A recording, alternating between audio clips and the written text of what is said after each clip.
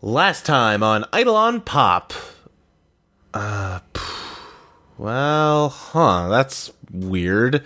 My notes say that nothing happened last time on Eidolon POP, that nothing's ever happened on Eidolon POP, but that's impossible. This is the 17th episode.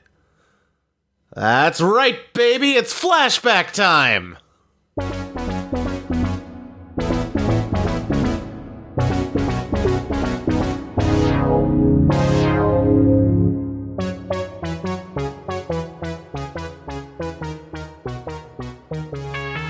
So let me explain how this episode's going to work real quick, because it's going to be formatted a little differently. I have assigned everybody characters from the flashback timeline, other than obviously Ty. He's still got Quentin. I have given you all sort of just a short little paragraph blurb on who you are. I have given you your Eidolon, which you do not have at the start of this. And I've also given you your first, your level 1 advanced move. The way this is going to work is we're going to kind of jump around through the past. Every time we sort of fast forward in time, I'm going to auto-level everybody up and assign all of you a new move. Ty, we talked, you picked out your move since you're playing your own character. Okay. I've got a tarot question here for one of you. Ursula. Yes. When did things go wrong? There's a lot of things I could tell you. I could tell you it was when we got caught. I could tell you it was when we accepted the job, when we decided to do this. But the actual answer is when we all trusted Henry, when we thought Henry was a friend. That's when things went wrong. So, Fabby, you are playing Ursula Bear. Mm-hmm. Yeah, what's up? What's wrong? Hi, everyone. Strong name. Mm-hmm. It's spelled Ursula, and then Bear is spelled Bexar, but pronounced Bear. And we've already established Ty is playing Quentin Brooks. It's just Ty. Hi, I'm Quentin. Zoe, you are playing Carolyn Rose. I am. Who we know from the future. Mike, you are playing Quentin's friend, Ron Moreau. Hi there, how's it going, folks? Oh, boy. Ready and raring to go. I can see where that one's going. I don't know what you're talking about. I don't think you can draw any conclusions from these names. Crystal, you are playing Cactus Jack. Howdy, partner. Oh! Yes! Cactus, you're going to be introduced a little later on tonight, but I am looking very forward to getting to you. So, while I don't want to rush, I hope we can move quickly to get to you. The other thing that is going to be a factor in each of these scenes is that, this show has a penchant for maybe going in unexpected directions sometimes. Once or twice. Well, Fair criticism. I don't even think it's a criticism, it's just the way it is. But I certainly don't want to squash, any creativity or fun improvisational moments that might pop up in this episode. And I do encourage you to, do what feels right. But certain things have to happen for continuity to be maintained and for this to make sense as a flashback of what's already happened. We have to pay off the things that I've been foreshadowing for, 8 months or whatever. that doesn't sound right. So, in each scene, some of you might get secret directions from me on things you will have to do at some point. Sounds good. Sounds fun. The game within the game. And I'm keeping those secret from the other players here just to, so it's more fun that way. Yeah. So let me find my notes for scene 1 here so we can get started. I think there's some... Yeah, let me send these to the person who has some secret instructions for this scene. And Mike, I'll just give you a second to read these over. Let me know when you're good. Okay. I didn't mean to say who it was. Doesn't matter. It could I be wanna any play a- Michael here. I want to play Any- a secret information game with you, Luke. Okay, it doesn't really matter. It's just, I'm trying to preserve the fun of surprise for all of y'all. I mean, considering who my character is, I feel like I'm going to have a hidden agenda the most. What? I don't know why just because your name is Ron, you think there's something special about your character. Anyway, you good? I'm good. All right.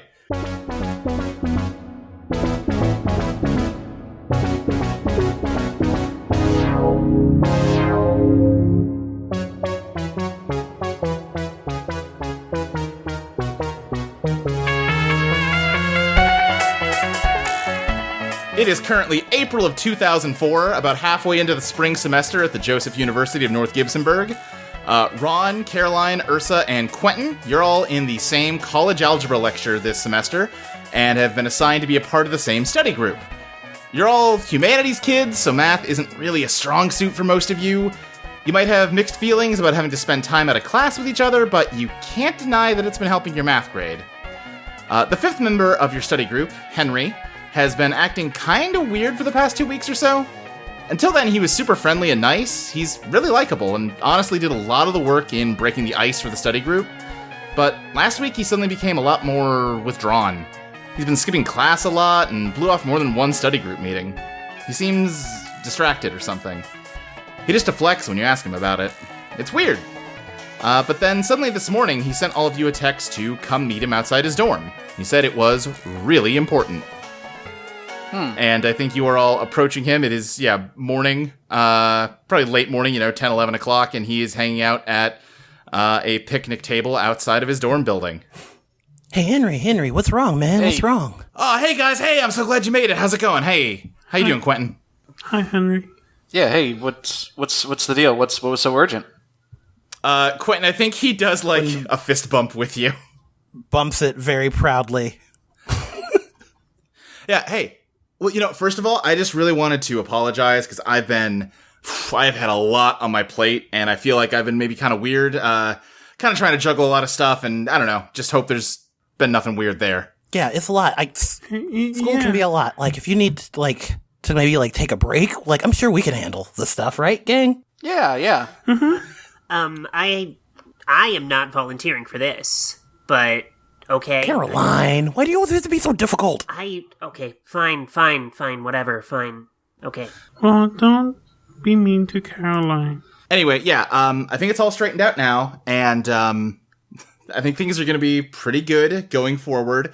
I actually, I kind of want to show you guys something, and it's going to kind of take the rest of your day, but I think you're going to like it. Okay. Okay. Fine.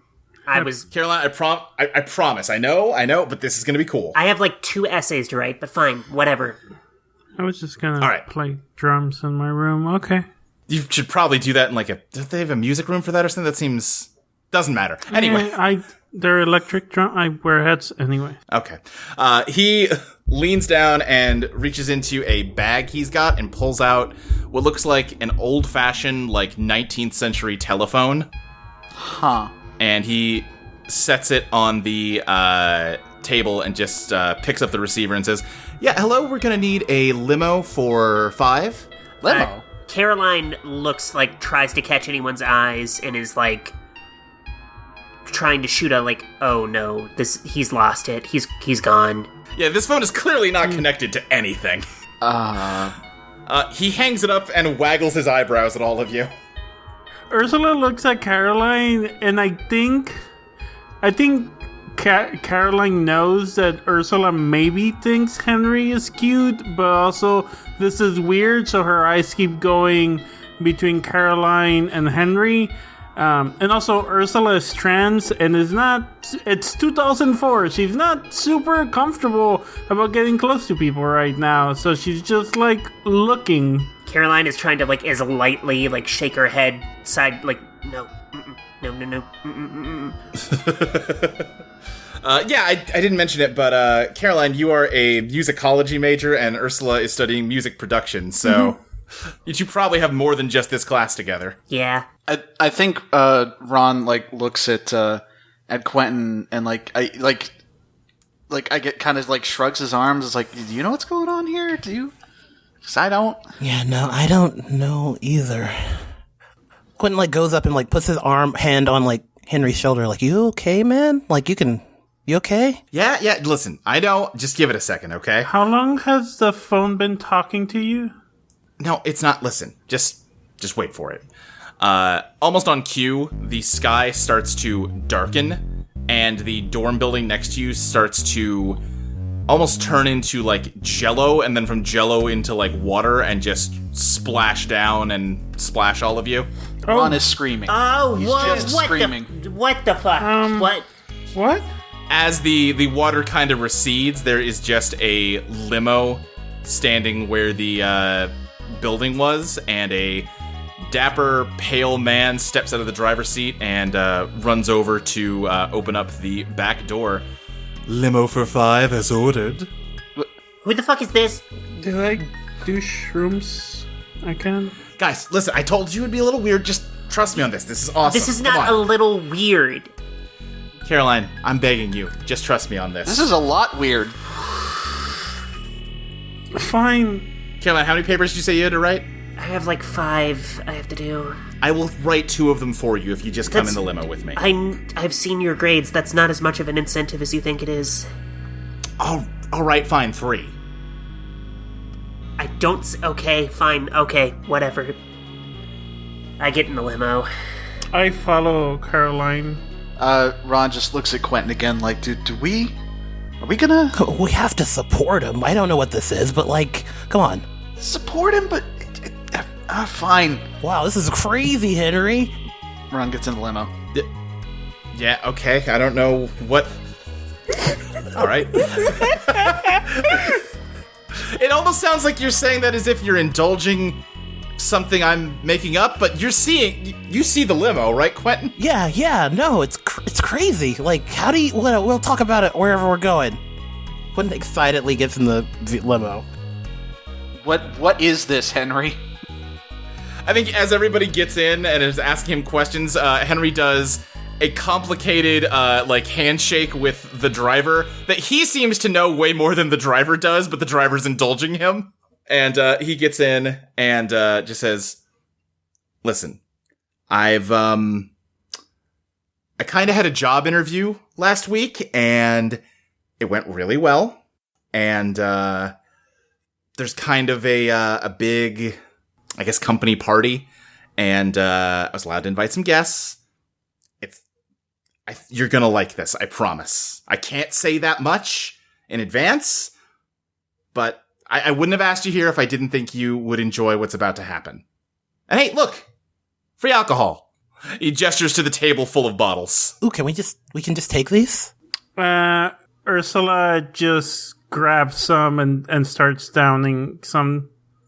Probably a bottle of tequila that she saw there. Or what she assumes to be tequila. Right. No, y'all, this is some weird magic shit. Don't ever drink stuff from magic shit. I am not convinced we are not on something right now, so fuck it. That's all the more reason not to. I do want to say it's not magic. Magic isn't real, so I don't know what this is, but no. It's and also, tequila. You want some? Do not...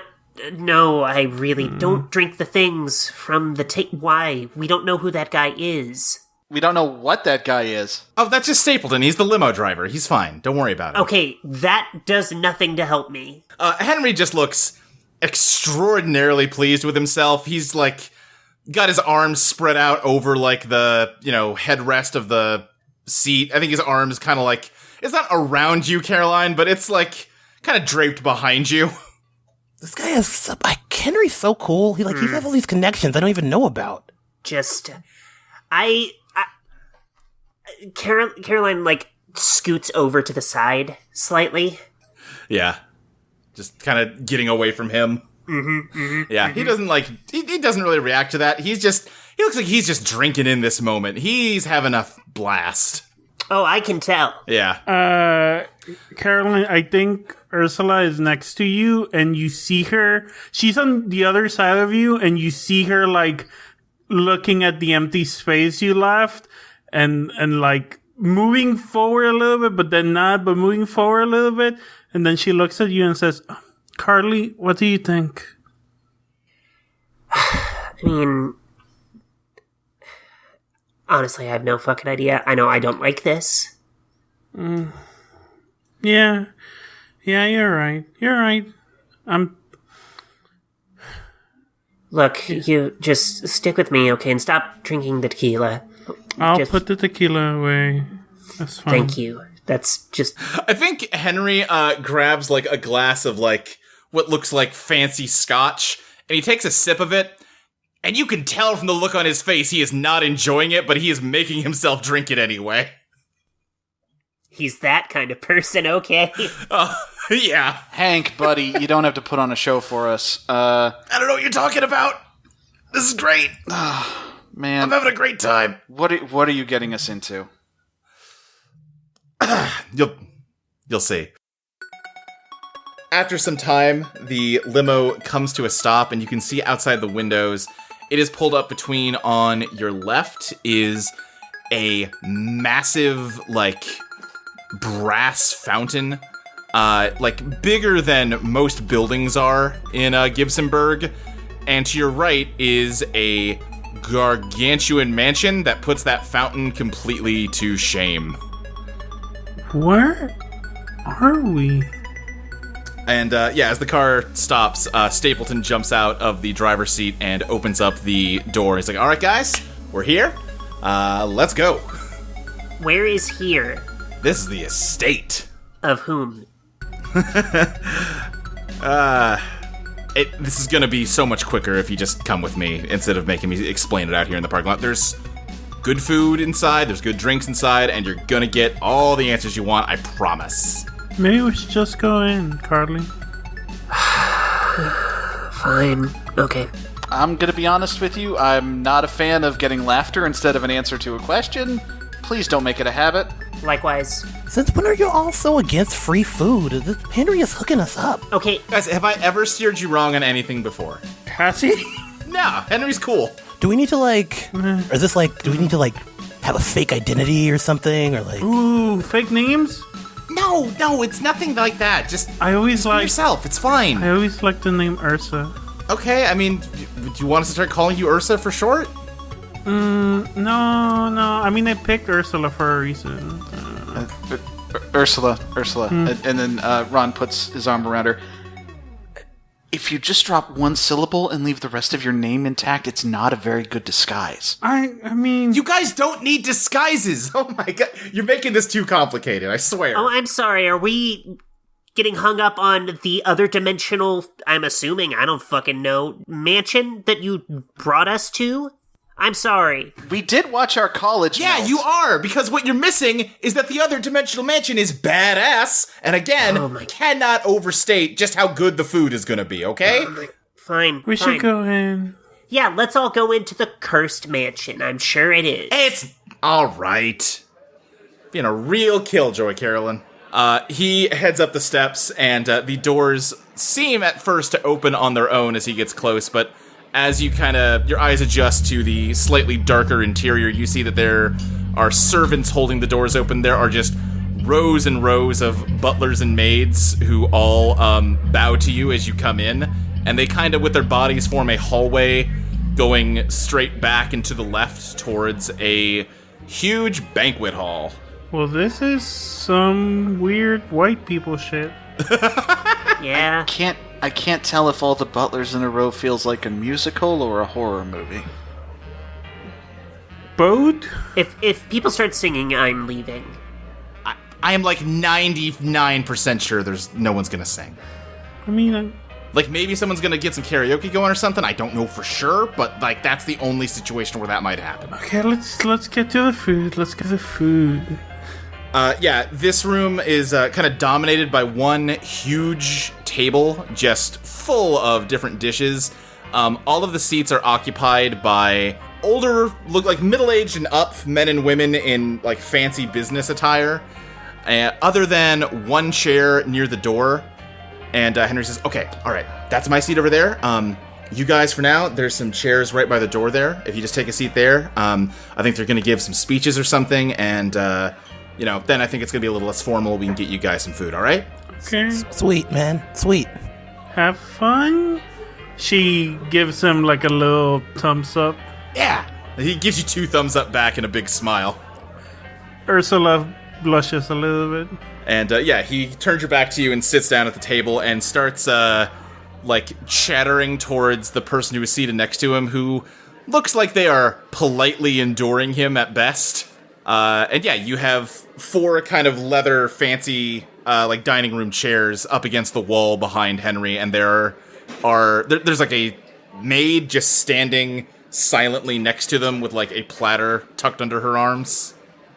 Quentin leans over to Caroline. Have you ever been in a place like this fancy before? Yeah, it's not fun. I don't, he's talking like it's a party. This isn't fun. I don't know, it seems just so big. Yeah, I never, other than college, never really seen places this big. Yeah. I don't think buildings should physically be able to be this big. Is it like a effect of the light? Quentin leads over to the waitress and so what's it like working here? She turns to you, and Quentin, you notice that there is like no light in her eyes, and she just says, "It is profoundly fulfilling." Okay, this is some cold shit. I'm just gonna sit down, and if they offer you pasta, say no to pasta. Caroline reaches into her purse and, has a hold on, her mace that she keeps in there. Yeah, I think you do that, and Ursa grabs her backpack / purse, which is a teddy bear, and she, puts her hand in it, and it's, holding onto some brass knucks. Brass knuckles? Those are illegal!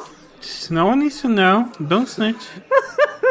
It's a little hard for all of you to see because it's all the way on the opposite side of this long room, but a large, kind of portly man with a very bushy mustache and a fancy double-breasted suit walks out towards the head of the table, followed by a petite younger woman.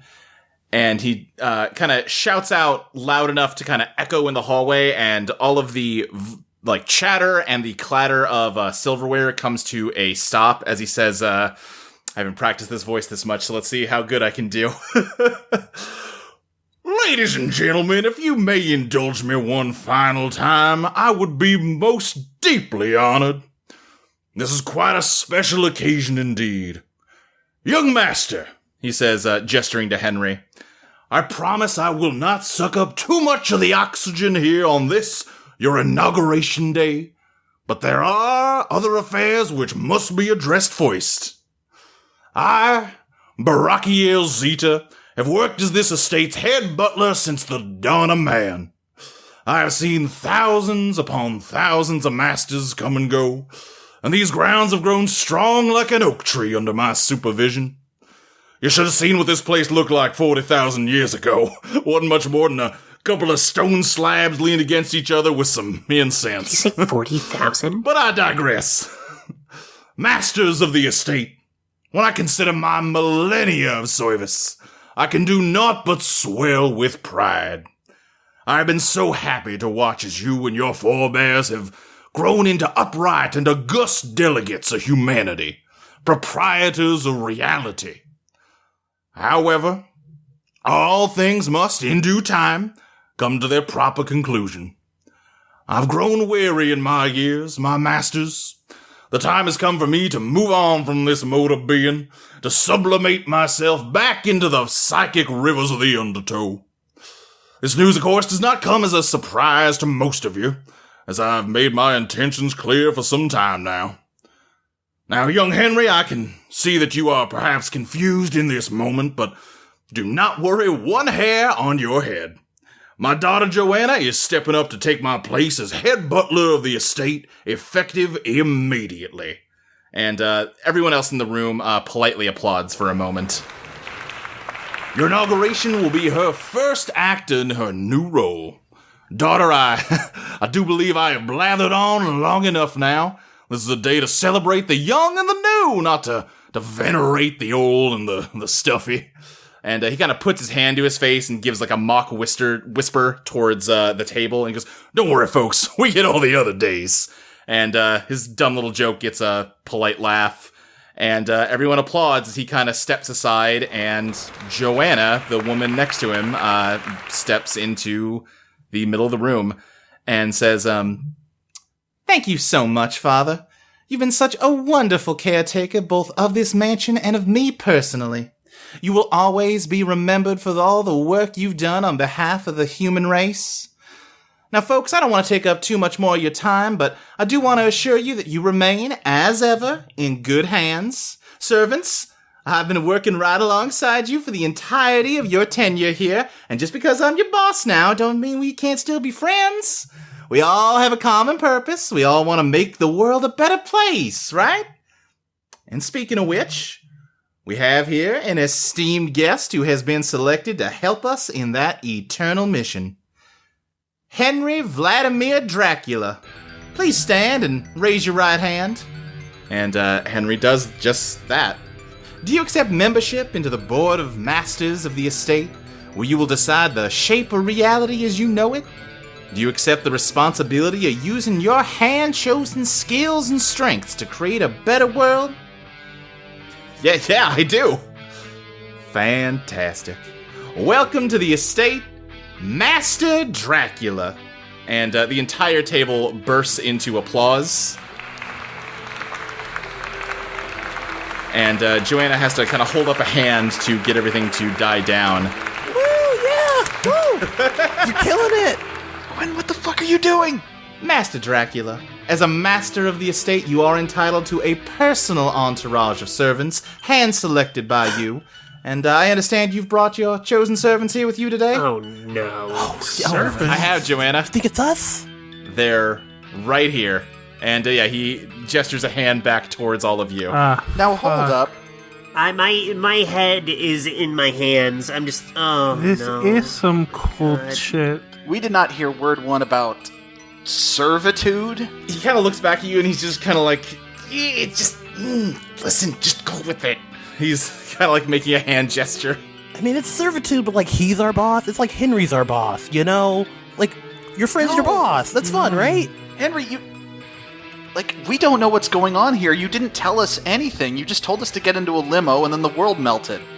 I think everyone's kind of starting to turn and stare at you, and he kind of turns back. Everyone, could I have a moment alone with my friends here? Is there maybe a drawing room we could take for just a moment? And Joanna says, "Oh, yes, of course. You can just head right through this door here." He's like, "Okay, guys, here, come on. And he starts heading towards the door she pointed to. Come on, listen. Okay, let's go, All right. let's go. All right. Most like a sound like it here. As soon as we are out of sight of like all the butlers and maids and stuff, like once the doors are closed, Ron immediately grabs Henry by his shirt and slams him against the wall. Hey! What the fuck is going on here? Hey! No, Listen. no, Ron, this is actually, thank you. What? No, we don't Okay, have to. yeah, you know what? That's a fair reaction. I get it, but just hear me out, okay? Now, I know you kind of caught the part at the end where they were talking about, my servants or whatever. Did you hear the rest of what they were talking about out there? Yeah, some fucking horseshit about the butlers at the dawn of time or fucking whatever. This house is some weird, mirror of reality, and when you do shit over here, it changes the way the world is, okay? And all those people that were at the table, those are what they call masters of the estate. They're people that these people pick to live here and to make decisions about what gets changed. And that's what you are now? They want me to be the new master, yeah. And what would we do? I mean, you'd help me with this. With what? What would we do? Is it like an internship, or do we get paid? Wait. I'm good with either, but Do you mean... If what you're saying is true, Do you mean we could change reality? We could change the world, Yeah. ourselves, the people around us? That's exactly right. And, okay, listen. He kind of looks to you, Ron. It's like, I knew you'd be the hardest to convince here, Ron. But here's the thing. First of all, yeah, Ursula, we can change whatever we want. We can fix problems, okay? But more than that, look at all those shitty rich old people out there they've got in charge of literally everything. I don't like that. I don't like that any more than I assume you don't like it, okay? But if we get in here, like I said, we can change the world. We can change this. We can... Hank, you know me. You know what I study. You know what I'm trying to be. I'm a history guy. I've done everything I can to understand everything the world has been. Yeah. If your pitch has changed the system from the inside, I'm not buying. The other option is we just get up and leave and the wheels just keep turning, man, okay? Those are the options we've got. Hold on. I feel like I'm losing my goddamn mind.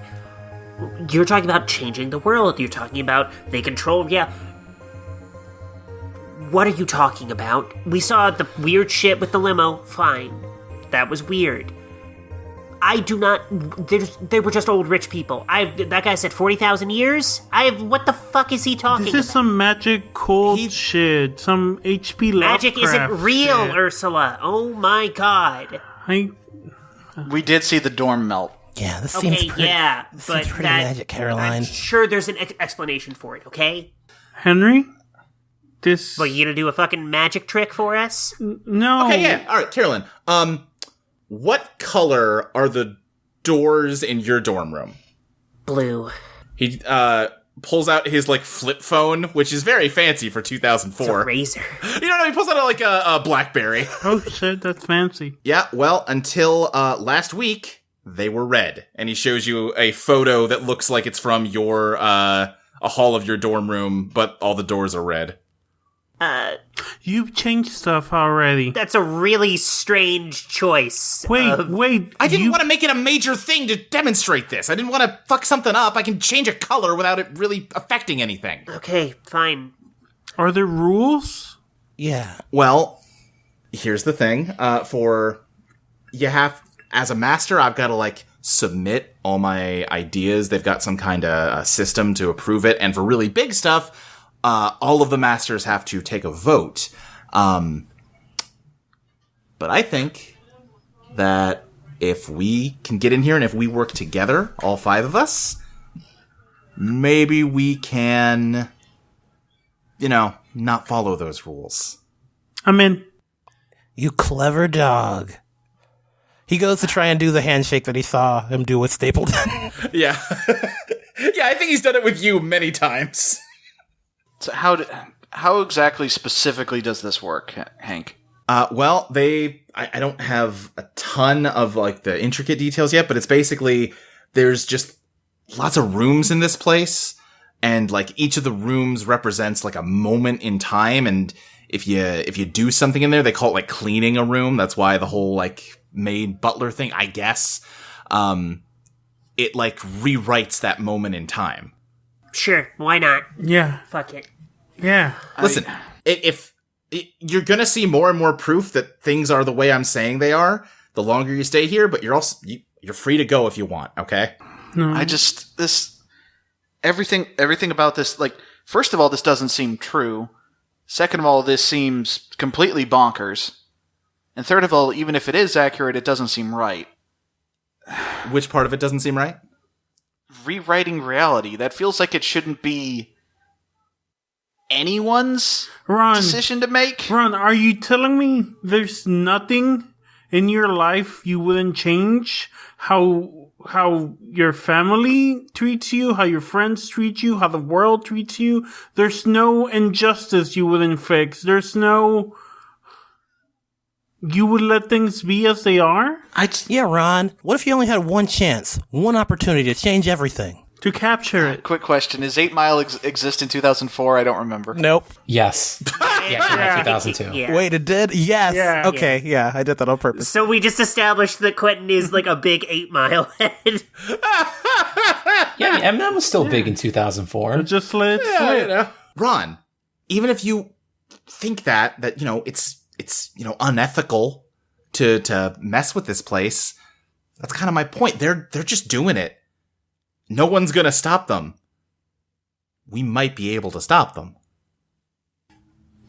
God damn it. Okay. All right. I think next up we are all getting our Eidolons. This is gonna be fun. Or what now? What? Who's a what now? You'll see. It's gonna be great. Okay. He opens up the door you came in through and kind of steps aside. He says, "Hey, Joanna, we are all good. We're good to go. Is the Eidolon ceremony next?" "Why, yes, it is. Why don't you come with me? Are all your servants coming along?" "Yep, they're all good. Everything is good to go. Come on, guys." And he leads you towards where Joanna is headed. So if I want to be really good at my job, like, is there like stuff I should know, or like tips, or like, just I like to do good at whatever I do. I give 100%. I think they're going to have an orientation thing after this. Okay. And that's probably going to be able to help you out with that way more than I can. Right. Got it. Yeah. Q, No, of course. Q. Of course. Q. Chill. I'm chill. I'm totally chill. Joanna leads you all into an elevator with a bizarre number of buttons laid out in no sensible order all over the walls and ceiling. She hits one seemingly at random and takes you to a random hallway full of doors and leads you all to a particular door and just says, "Henry Dracula, this is a room that represents a moment in your own life. You're going to need to head in there alone with nothing other than this." And she pulls out a deck of tarot cards and hands them to him. And when you come out, you're going to have your Eidolon. All right, great. Wish me luck, guys. And he heads in. Good luck, Henry. My name's Joanna, by the way. What are all your names? Ursula. Caroline. Ron. I'm Quentin. Nice to meet you. It is a pleasure to meet all of you. I'm looking forward to working with each and every one of you. And I to working with you. Quentin's going to try and dazzle Joanna. Yeah, go for it. We actually rolled dice. That's 8 plus 1, so 9. Yeah, she likes you. Quentin like rubs the back of his head like, heh. Hold on. Is young Quentin just an anime boy? Maybe. In fairness, old Quentin is an anime boy. He's an old anime boy. You know, the work here can sometimes be hard, but I promise it is always rewarding. He's not going to be too long in there. We should prepare for his arrival.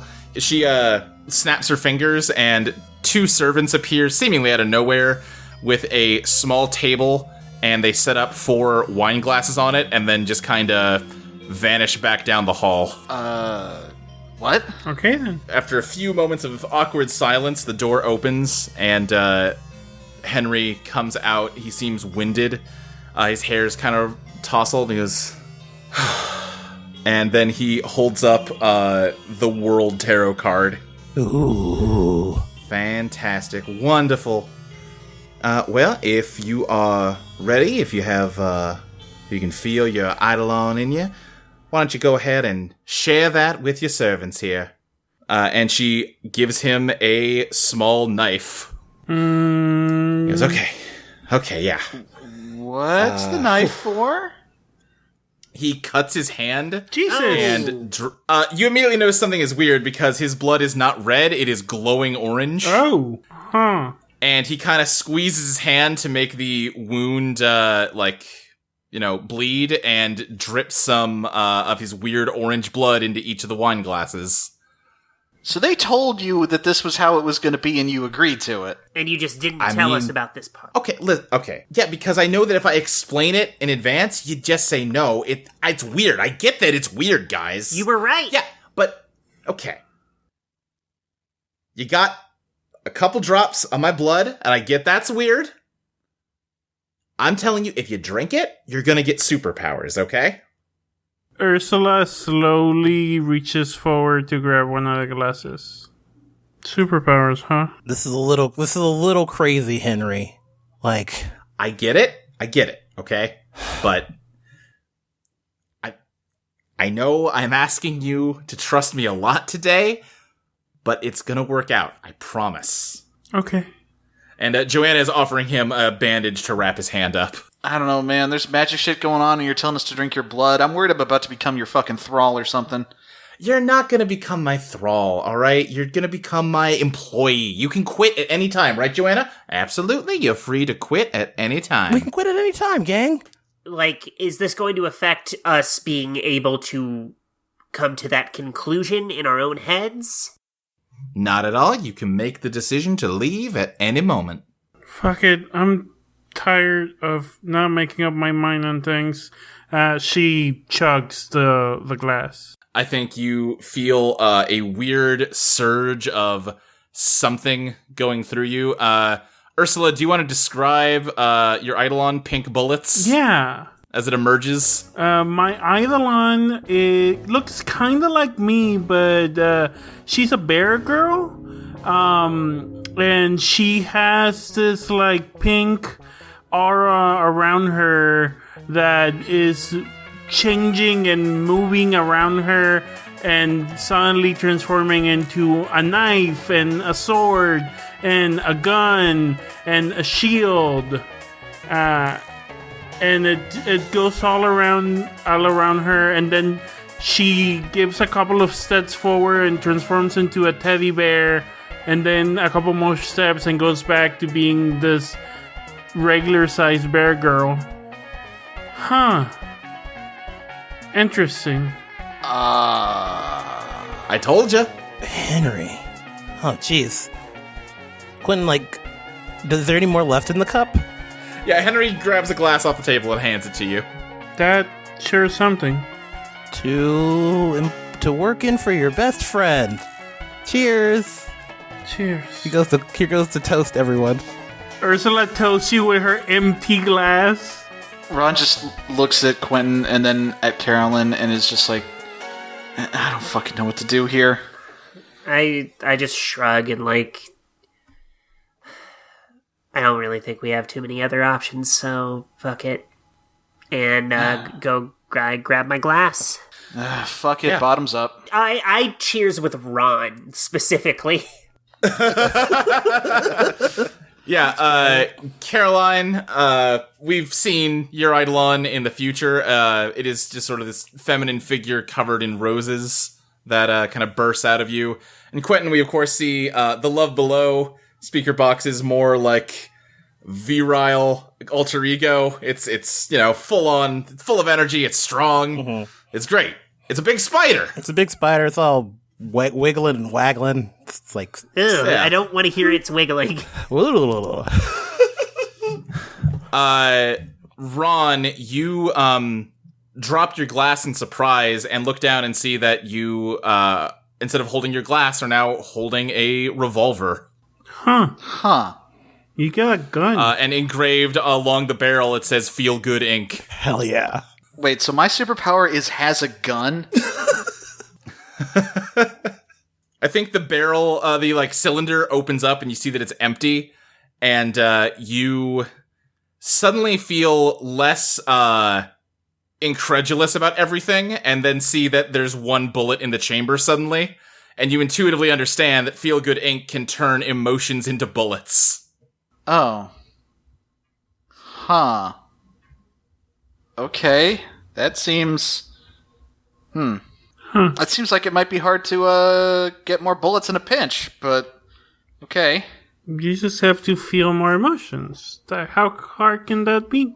Everyone's Eidolon is different, and they all take time to master, but they will be invaluable in the work you do for your master to change the world for the better. Now, there's going to be a lot of work for all of you to do to get orientated tomorrow, but today is a day for celebrating. Why don't we head back on downstairs? There is plenty of food and plenty of fun to be had all day long. All right, let's go. Sure. Sweet. Are you going to party with us? I mean, not to say if that's rude. I don't know if that's my place. Sorry. I just got here. I'm not gonna go sit in the study and mope, if that's what you mean. I think things are going to fast forward at this point, so I want to take a quick break. Crystal, I'm sorry that it's been like 50 minutes and you haven't gotten to do anything yet. We're about to get to you soon. It's okay. Let's run through this real quick, though. Everybody, let's update ties real fast. Quentin, give me form 2 ties with 2 other players. Wow, Ron's being a real jerk right now. Ron's a real jerk. Ron's a real jerk. +1. All right, one more. And man, Caroline has a real back and forth with Henry. How about maybe there's something between Caroline and Henry? There must be, yeah. Let's go with that. Yeah, something between Caroline and Henry. +1. All right, and Fabby. Carly is the closest thing I have to a friend. Is the closest thing I have to a friend. +1. Quentin is too eager. Quentin is too eager. I'm not going to level everyone up just yet because y'all just got your Eidolons. And also, I want to move things along to get Crystal involved. So, let's skip ahead. So, some weeks later, you find yourselves following Dracula through a random hall of the estate. You've been working as his servants for a few weeks now. You actually haven't been back to school since the day you left, but you haven't needed to. Turns out every morning you can just find one of your own rooms and tweak it just a little so that your assignments just appear turned in back at school and you get perfect marks on them. It's pretty easy. You have been posing as loyal servants, and even occasionally you have to help out some of the other masters when they've asked you to, just menial tasks. In addition to all the magical stuff, sometimes they just fucking make you pick up a rag and dust around here. That sucks. You went through a whole orientation thing with Joanna where you watched an educational video with the architect from The Matrix? So that was weird. In your downtime, you've been doing recon with Dracula. You figured out the location of a crucial room to one of the other masters, and we find you now about to break into it in order to change the course of his life so that he never becomes a master in the first place. Dracula is kind of posed at the door, kind of looking back at all of you to see if you're ready. Ron, cocks his gun. All right. The pink bullets cocks her gun behind Ursula.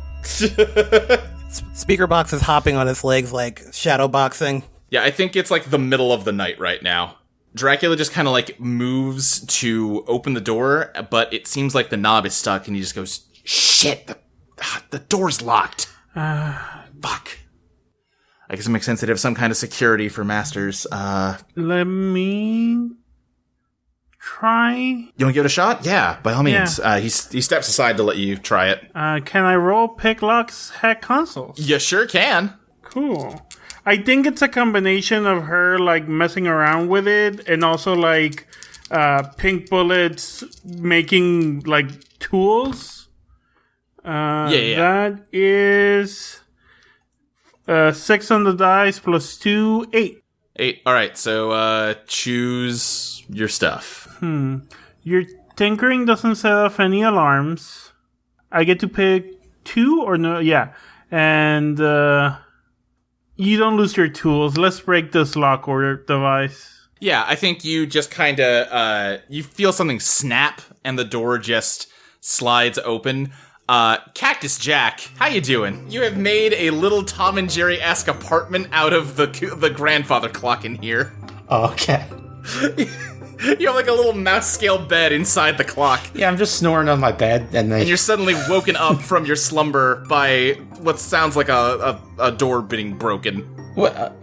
Yeah, I'm gonna kind of crawl my way out of the grandfather clock and take a peek at some of the people in here. I noticed Ron's revolver, and I'm pretty interested in that. Yeah. Yeah, you see as 5 people come into this room. You also see, as always, there is a small child, maybe about 4 or 5 years old, just sort of sitting with his legs splayed out, kind of looking up at this room. This is a very ornate living room with lots of ostentatious furniture everywhere. You know, kind of dominating it is this very ornate grandfather clock that you've made into your home, Jack. But yeah, everybody, you sort of take in this scene. I don't know if Jack has stuck his neck out enough for you to notice him yet, but yeah, it's just very what looks like a rich person's home with a child sitting in the middle of it. Excuse me. Hello? Yes, up here. Hi. Is this part of it, Henry? Are they supposed to be here? I don't know. I was kind of here for the kid. I don't know what the deal with the mouse is. This is my home that you have intruded into. My name's Cactus Jack. What is your name? Hi, I'm Ursula Bear. Well, it's nice to meet you, young lady. And how about the rest of you? Mouse. I'm in shock. It's like an adorable little mouse. I have not been out back. I think they said something about they've got a zoo out there. Is it? Are you from the zoo, guy? Yes, I suppose I'm what you might call an ex-convict. I was imprisoned in the zoo until recently. Now I'm what you might call an outlaw. They kept you prison? Cowboy mouse. Yeah, this house tends to only like certain kinds of people, and those kinds of people aren't little cowboy mice like me. Well, I'm so sorry to have interrupted you, Cactus Jack. We need to do something in this room, so I don't know if you want to go back, and then we'll be done in a second, or... if you would like to do something in this room, the place where I live, I would like to know what it is. And perhaps I offer my consent. I think the kid sitting on the floor has a toy train that he seems oblivious to any of you as he just sort of rolls this toy train back and forth on the carpet. So do you see this child here? Oh yeah, that's my roommate. Okay, yeah. Tends to keep themselves. As far as we know, he is one of the people who run this whole place, and I assume who imprisoned you. We're gonna make sure they don't do that. They no longer run this place. Yeah, if we figure this out right, if one of us just kinda... I mean, it's not a real kid, right? It's a weird shadow thing. If we just get rid of it, then... You're saying, don't beat around the bush, you're wanting to kill the kid. You want to kill my roommate? Killing implies that he's alive. He's not really alive. Who are you to say that? Listen, this kid is a shadow of a man named Brantley Attenborough, who is a shitty old guy. He's been kind of rude to me personally, but more importantly, he's one of the masters around here, and if we just kill this weird memory of him playing with a train... Why is this the pivotal memory? I don't know. Not my problem. Apparently, based on the documents we stole, if we kill him here... he never ends up becoming a master of the estate. Do you know what's going to happen to him other than that? I don't know. Based on this room, he's still super rich, and he'll probably be just fine. So you're saying this young child playing with the train is responsible for my prior imprisonment? Yeah. Absolutely, Jack. Absolutely. He's 1/50th responsible, yeah. We're trying to get rid of all the people who do this. Jack is gonna jump on Bradley's head and start beating him with his little mouse fist you son of a bitch this whole time. Go get him, Jack! Ow, ow, ow! Fuck him up! He suddenly gets shaken out of his toy train reverie. He's like, stop it! That hurts! You kept me in the zoo. What? Don't you remember you imprisoned me? Aren't you a master here or something? I'm 4. He will in the future. It's complicated. Cactus Jack, it's weird. It's weird time shit. Okay, look, we're on a tight schedule here, and Ron just pulls out his gun and shoots the kid in the head. Fuck! Whoa! Holy shit! Ronald! I was gonna do that if you didn't, so good thing.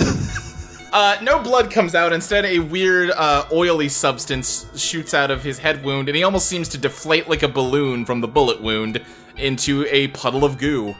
Now that's some fine shooting there, young man. We need to get out of here. Cactus Jack, do you want to come with? I have a feeling you don't want to be here when whoever comes looking for us gets here. Yeah, have y'all just been using just the doors and staircases and such? Is there another way to get around? Oh, yeah, with the power of my Eidolon Bittersweet Symphony, I can make my own tunnels with my corrosive mold. Oh. That's disgusting. I'm no longer enraptured by you. That's not Well, fair. Mold is very useful. I can't change my mold. Yeah. Why is your name Cactus Jack if your thing is mold? Well, I'm from the great state of Arizona. The Cactus State. You're from Arizona?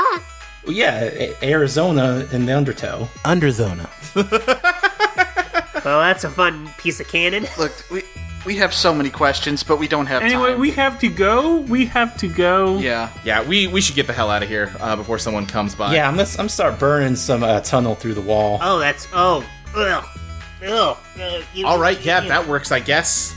Let's go. Hell yeah, we got like a rad mouse on our team. What if every one of these rooms gives us like a rad friend? Huh? With like a cool... Now let's kill the rest of the masters in here. Hell yeah.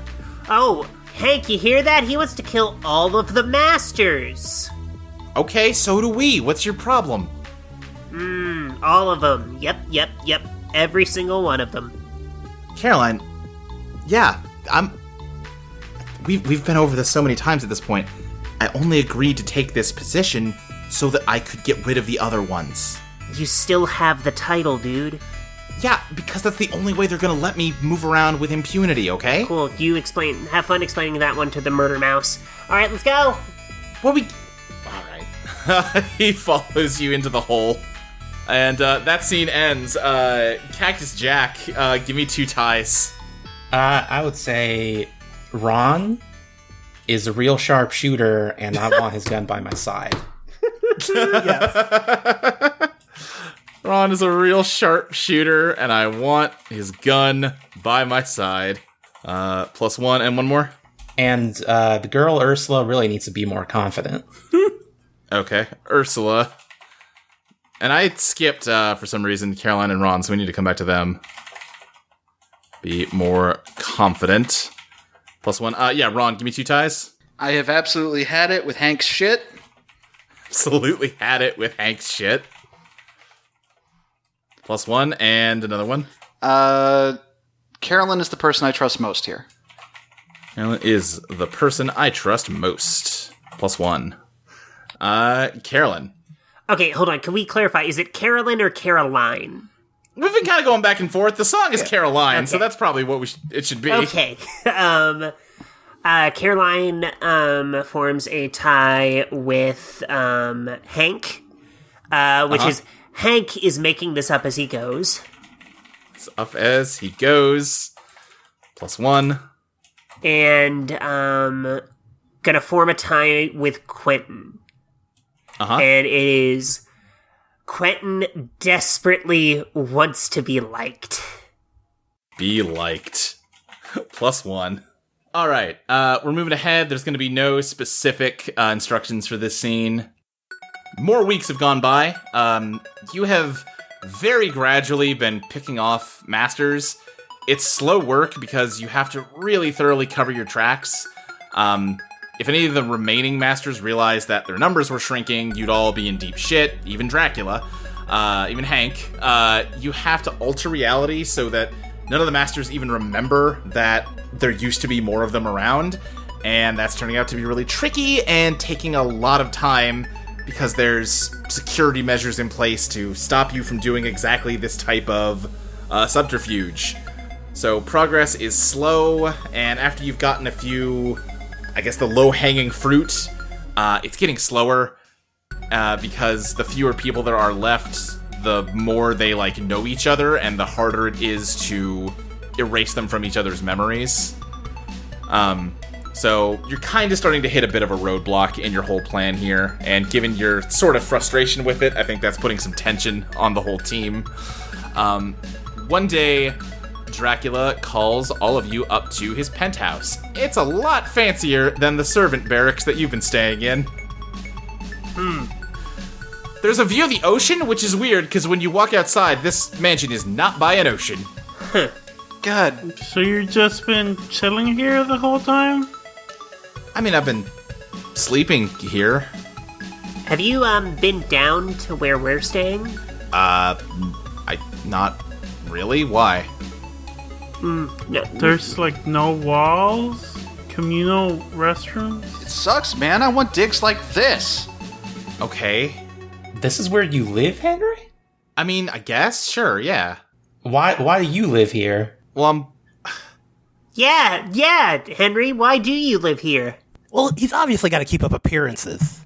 thank you, Quentin. Yeah, they asked me to be a master, Jack, and I decided to take that opportunity to double cross them, and I'm killing off all the other masters. What? How long? And then once there's what's that? How long have you been a master? It's been literally the whole time, dude. Have you even checked on the zoo? I mean, I've mostly been focused on erasing the other masters. I kind of figured every other problem will sort of solve itself if we... So you can be the only one, right? I mean, then I'll quit, yeah. Jack, we will get to the people in the zoo. I promise you. Yeah, how long's that gonna be? Well, that's part of why I wanted all of you to come up here and talk, because I know everyone's been getting a little frustrated lately. Things have been... You know, the first couple went pretty smooth, but it's been getting tougher. So I've been trying to do some extra research to figure out if there's something we can do to circumvent this stuff. You know, there's a lot of stuff in the master's libraries. They just got a lot of weird books in there. It's pretty great. I think I'm technically a wizard now, but that's not the important part. What? The important part is, I found out that there's something the estate is afraid of, and I figured out how to summon her. Her? Yeah, apparently, she's like an old goddess or something like that, and they don't like her very much, and I think she might be able to help us out. Fuck it, in for a penny, in for a pound, summon a god. I'm so glad you said that, because I already did. Lady Luck, can you join us? Fucking god Damn it. I can't believe I thought you were cute. Wait, I mean, I am cute. That it was literally the least cute thing you could... Yeah. Summoning an elder god? I think that's cute. I mean, Quentin! Oh my god, dude, you don't... I think it's cool. I just think it's cool. Quentin? Stop Quentin? sucking up to him. Quentin, for God's sake, at some point, be willing to tell someone to fuck off. Okay. No, you're doing it again! You're just doing it with him now! I get it what you're saying, Caroline. I'll be better about that, yes. Ursula rolls her eyes and goes, so, goddess?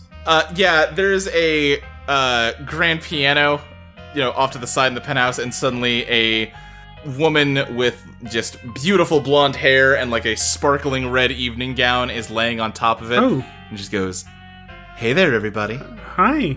Cactus Jack takes off his hat and says, hello there, madam. She just gives you a little just wiggles her fingers to wave at you, you know? You're the god of burlesque? Don't be rude. Oh, I'm sorry. I am the goddess of fortune and luck, I'll have you know. Oh my god. And Henry has explained the situation to me, I think, pretty well, and gotta say, I am on board with any plan that involves demolishing this god-awful mansion, and killing the masters is definitely step one in that, so I am all the way down with everything going on here. So you will help us? Absolutely. This sounds like a hoot. Okay. This is good. Is it, though? It's very good, because you know what the best part is about having Lady Luck on your side? We have luck on our side? Well, yeah, that's basically it. Point is, Figured. It sounds like you've been trying to do all these complicated plans and strategies. Be real careful. When you've got me around, you really don't need to be, because you're lucky. Gosh, madam, I sure wish I could have known you during my saloon poker days. Wait, what? You did saloon poker? You know what? Where? I'm not gonna touch that one. How do you think I got into prison? The mouse has a point, Caroline. We're gonna come back to this. Everything anyone says in this godforsaken building raises more questions. Especially you, Cactus Jack, you enigma, you. Cactus Jack, you need to tell us about your life.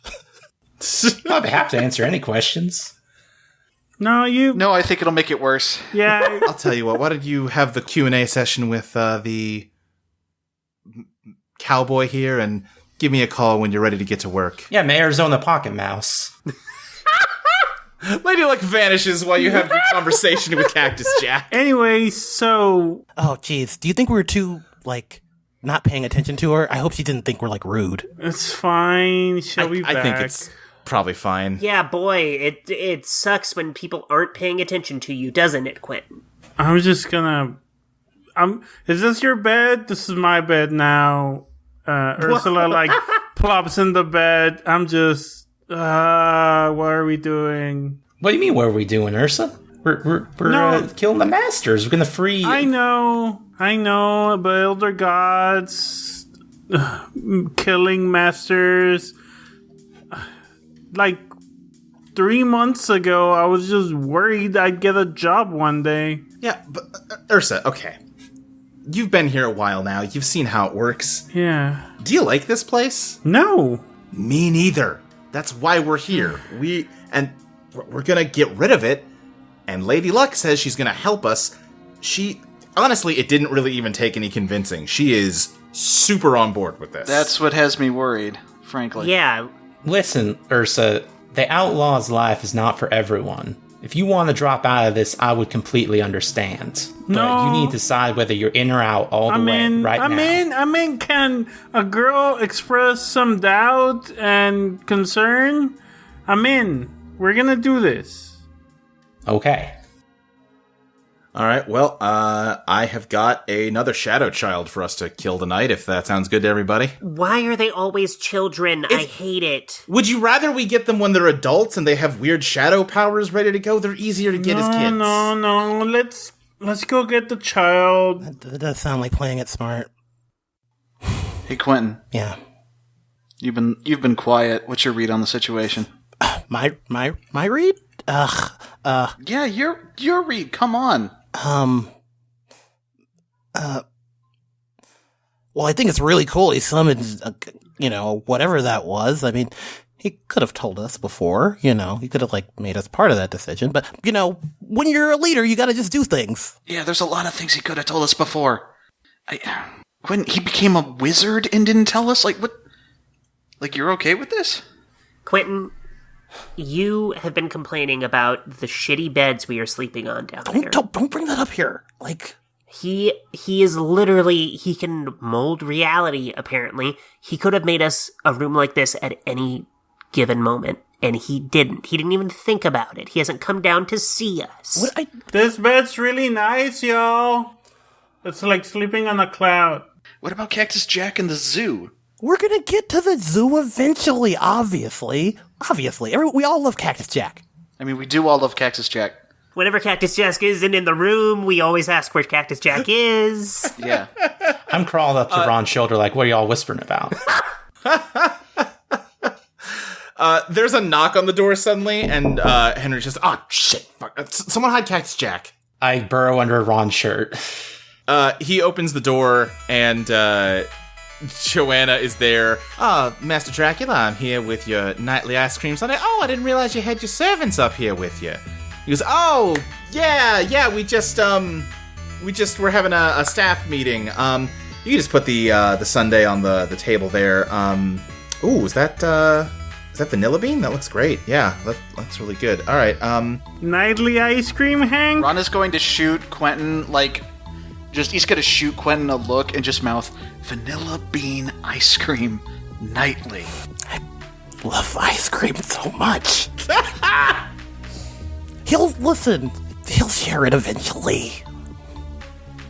It's gotta peep in appearance. All right, yeah, Joanna, did you need anything else from me? Oh, no, just making that delivery. I'll see you later, master. and she just kind of looks around the room at all of you before heading out. Man, I was really hoping it would be strawberry tonight. I don't love vanilla. Anyone want this? I mean, if no one else wants it, I would like a spoonful, maybe. Just eat it, Quentin. So let me get this straight. You've been getting ice cream sundaes brought to your room nightly. Do you know what we eat down in our room? I mean, I guess I don't know. No. What? Sandwiches. It's always... Okay, but I mean, sandwich, I mean, that covers, I mean, I'm probably like a fancy sandwich, though, right? No. They are like on fucking white bread. And they always have ranch. I said I don't like ranch on my sandwich, and they keep putting ranch on it. I hope you know you're not sleeping on your bed tonight. This is mine.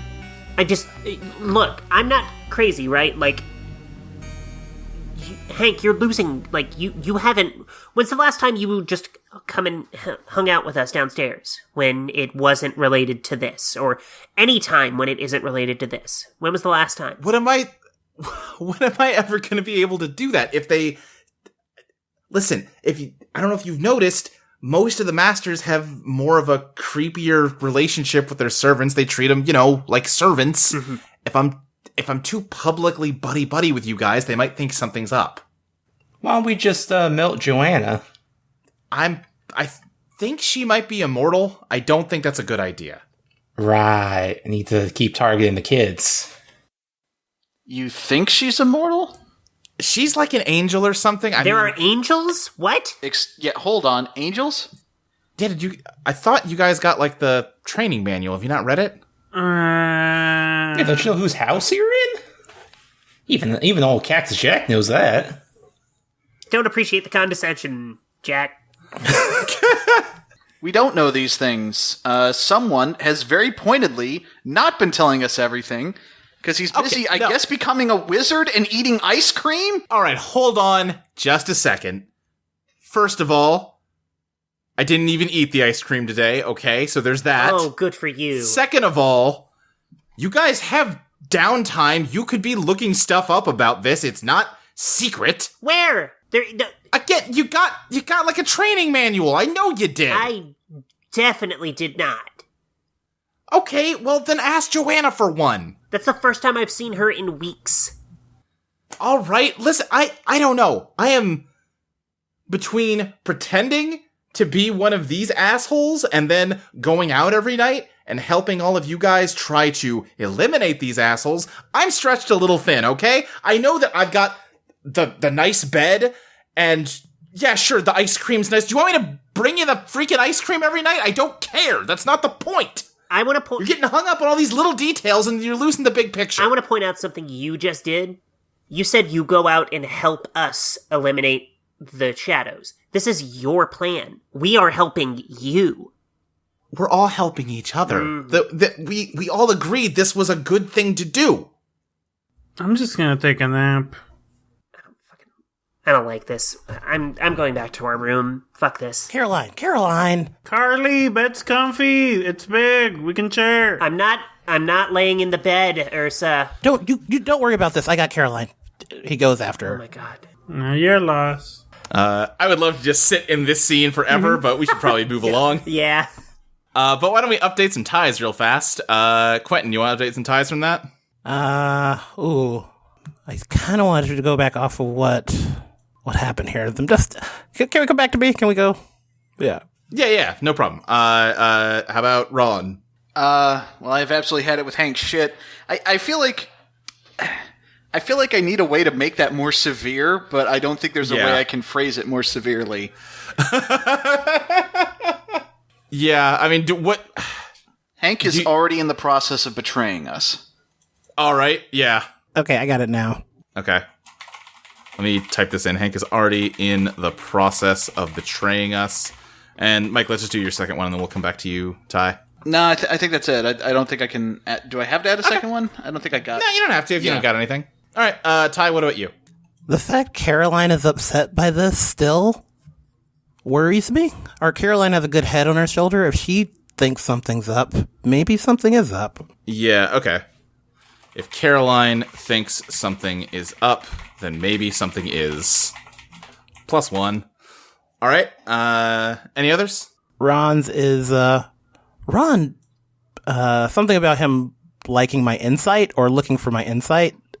Ron believes in me for some reason. Yeah, Ron respects my opinion. Yeah. +2. Okay. Fabby, how about you? I won one for Cactus Jack. Okay. Cactus Jack has been through a lot. Has been through a lot. Plus one. And I want to update Carly's to... Carly won't tolerate this place for much longer. Place much longer. Plus two. I have no idea if these ties are actually going to come up, but they're characterful, and that's what's important. It's nice touchstones. Yeah, exactly. Cactus Jack, how about you? Yeah. Henry doesn't care about shades. Henry doesn't care about shades. Okay. And Caroline's the only one here with a straight head on her shoulders. Head on straight. Only one here with her head on straight. And that's it. All right. And Caroline, how about you? Hank is gonna go ahead and move on up to, Hank is being corrupted by power. Corrupted by power and ice cream. And ice cream, of course. It's implied. And then, yeah, I'm good. They're just touchstones. Oh, actually, I do have one more. Quentin has no spine. Oh, sure. Correct. Quentin has no spine. Plus one. All right. Yeah, it is very fun to think about these scenes in the context of, like, future Quentin. Very good. All right, so let me send everyone their secret goal for this. So things have actually, despite the growing tension between Henry and the rest of you, things have been going more smoothly since Lady Luck got summoned. She's actually pretty helpful. You've been able to knock out like 2 masters a week now. Things are really speeding up, which is starting to, raise the concern about what are you going to do when Henry's the only master left. But, in the meantime, these people do all suck, and they do deserve what you're doing to them. The only thing is that Joanna seems like she might start to be suspecting something.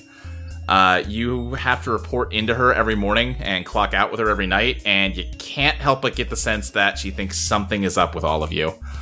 But yeah, you are all, once again, as you often find yourselves at night these days, sneaking through a random hall of the estate.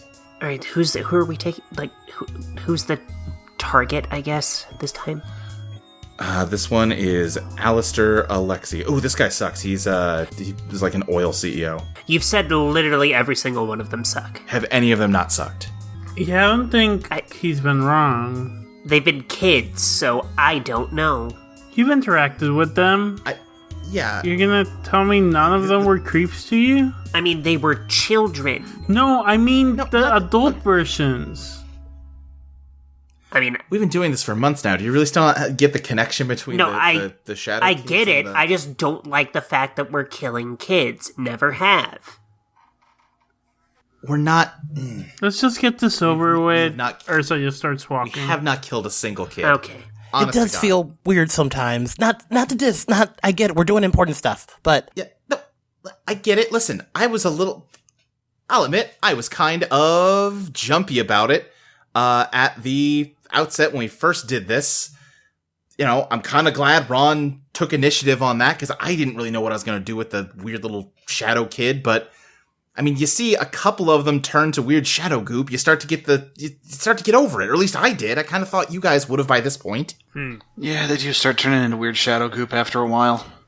They're clearly not real people. Who cares? They're just fond memories of old shitheads. Let's just kill this next old baby shithead and get over it. Gross. All right, yeah. I think this is the door here, and same as always. Ursula, you wanna get us in here? Yeah, I think at this point she's pretty used to like gets down on her knees. Pink Bullet starts giving her tools. 5, 6, 7, 8, 10.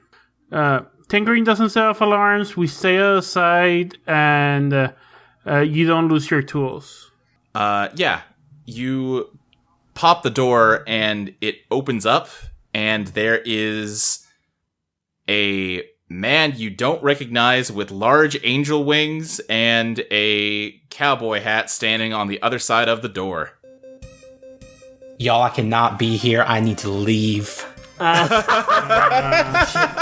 What, do you know this cowpoke? How you doing there, buddy? As you turn to leave, Jack, suddenly a large, glass gets slapped over top of you. Whoa, hey! Just like a stained glass tumbler appears on top of you, pinning you in. I bang my little paws against the glass. Don't do that to Cactus Jack. He's got warrants. This angel, lifts his arms up and just, strings of stained glass sprout throughout the air and wrap all of you up in glass. What the fuck? A little teddy bear behind the angel shoots him with a sniper rifle, and I'm gonna use you already in my sights. If you reveal your master plan to declare that your Eidolon has been hidden in the area all along, you can roll plus Ellie instead of genius. Okay, yeah, go for it. Cool. 5, 10. 10. Alright, I think you shoot him and, the bullet blows through his wings. It doesn't seem like it hurts him that badly, but he kind of staggers and the glass starts to dissolve from around all of you, freeing you up to move. What are the rest of you doing? I want to try to, scurry under his legs and make corrosive mold in the ground so he, sinks in it. Okay, give me that mold reality. Ha! Mold reality. Yo! 8 plus 2 is 10. 10. Alright. Yeah, I think the ground starts to dissolve underneath of him and he starts to sink through the floor. Caroline, what are you doing? I'm gonna make it like a dome shield of roses. In 1 second. Alright, hell yeah. Yeah, mold reality. Okay, that is a 9 plus, I don't remember her stats. So that's 11. It's 11. Yeah. Yeah, you make a dome of roses around all of you that stops any of the incoming glass. That then the roses start to fall away after the attack is blocked, and he seems trapped in the ground. He goes, Wow, y'all are pretty good, huh? Found yourself a real crack team here, Dracula. Who the hell are you? Dracula, do you know this guy? No, I don't. He sure seems to know you. Oh, come on. You know me, Drac. You remember me from last time. Last time? Folks, my name is Michael Valentine. I am the enforcer of the rules around here, and I gotta admit, you've done a pretty good job sneaking around under my nose until now. So last time, huh? What do you mean last time? Oh my gosh, you really haven't told them anything, have you? Evidently not. The hell is he talking about, Henry? Nothing that matters. Okay, no, you don't get to decide that. What's up, Mike? Don't try anything funny. The teddy bear has you on her sights. No, Mike, tell us what's up. What's this last time? He seriously never told you that he is the reincarnation of a vampire? Are you fucking kidding me? Excuse me? Vampires are real? That's not... So vampires did. not- Now there's vampires. Yeah, there's vampires. Does that really surprise you at this point? That doesn't... I'm not that person? That's not... I don't need this from you right now. I don't know you, okay? Come on. Look real close. I'm sure you got memories of me somewhere in there, don't you? Come on. Dracula just starts to get angry, and you see his Eidolon hot-blooded, which you have seen before. It's just sort of a gangly, weird robot thing appear outside of him as his palm lights up like burning red, and he rears back to punch this guy. But just before he can hit him, Michael smirks, and the entire room, all of the air just fills with stained glass, and you are suspended in it. I have got to give it to all of y'all. This was more fun than I've got to have in a long time. Got to flex my investigation muscles. But Yeah, you're just not quite ready for the big leagues here. You know what? No, we are ready for the big leagues. Fuck you. And he looks at Ron. Gah, gah. Quentin struggles to break out of the glass. Give me a beat the odds plus pow, Quentin. 7. I think the glass cracks slightly and nothing else happens. If you want to get to Henry, you gotta get, or Cactus Jack, you gotta get through me first, buddy. Ron had his gun drawn, and I think he's going to try and fire it to break as much of the glass as he can. Okay, yeah. I think you pull the trigger and it sends, cracked spider webbing through the glass, but nothing else happens. You try that a few times, but yeah, it's just... You're just in, a solid cube of glass that's filling this whole room in a way that just doesn't make that workable. And I think we're going to flash forward here. You are in Satan Genesius' courtroom, seated at the defense table. Joanna is at the judge's stand, and she looks down at all of you, and particularly at Dracula, and she says, Mr. Dracula, I am saddened and dismayed to see you standing here today. We gave you a second chance. We offered you renewed trust, and you squandered it. My father, the great angel Barachiel Zeta, expelled you from the estate 200 years ago for precisely these sorts of crimes. You were never to set forth in this realm ever again. But when it came time to select a new master, we saw that you had died and been reborn as what I thought was a new man. My father didn't want to extend this invitation to you. He thought you were nothing more than the same wicked villain he'd expelled 2 centuries past. But I, Mr. Dracula, I fought for you. I convinced him that you deserved the opportunity. I argued that the sins of the fathers oughtn't weigh upon the son, and that we should apply that rule regardless of the circumstances of a man's birth. Most days, I still miss my father quite dearly. But today, Mr. Dracula, I am grateful that I am spared the shame of having to look him in the eye and tell him that I was wrong to trust you. Your inauguration was my first official act as butler of the estate, and you have done your damnedest to make it my first mistake as butler of the estate. An audit of the paperwork department has revealed that there were 70 masters here when you first joined our number, as opposed to the mere 20 that are here now. I am both enraged by this rampant abuse of your power, as well as deeply hurt by your betrayal of my trust. Do you have anything whatsoever to say for yourself before I pass my judgment? Dracula looks to the defense Satan next to him, and then at all of you, as he stands to his feet. Madam Judge, all I can say is that I am truly sorry. And I certainly understand why you are disinclined to believe anything I can say. But what I'm about to say right now is the truth. When I was chosen to become a master, I was asked to choose 4 servants. I immediately thought of my 4 closest friends, my fellow defendants.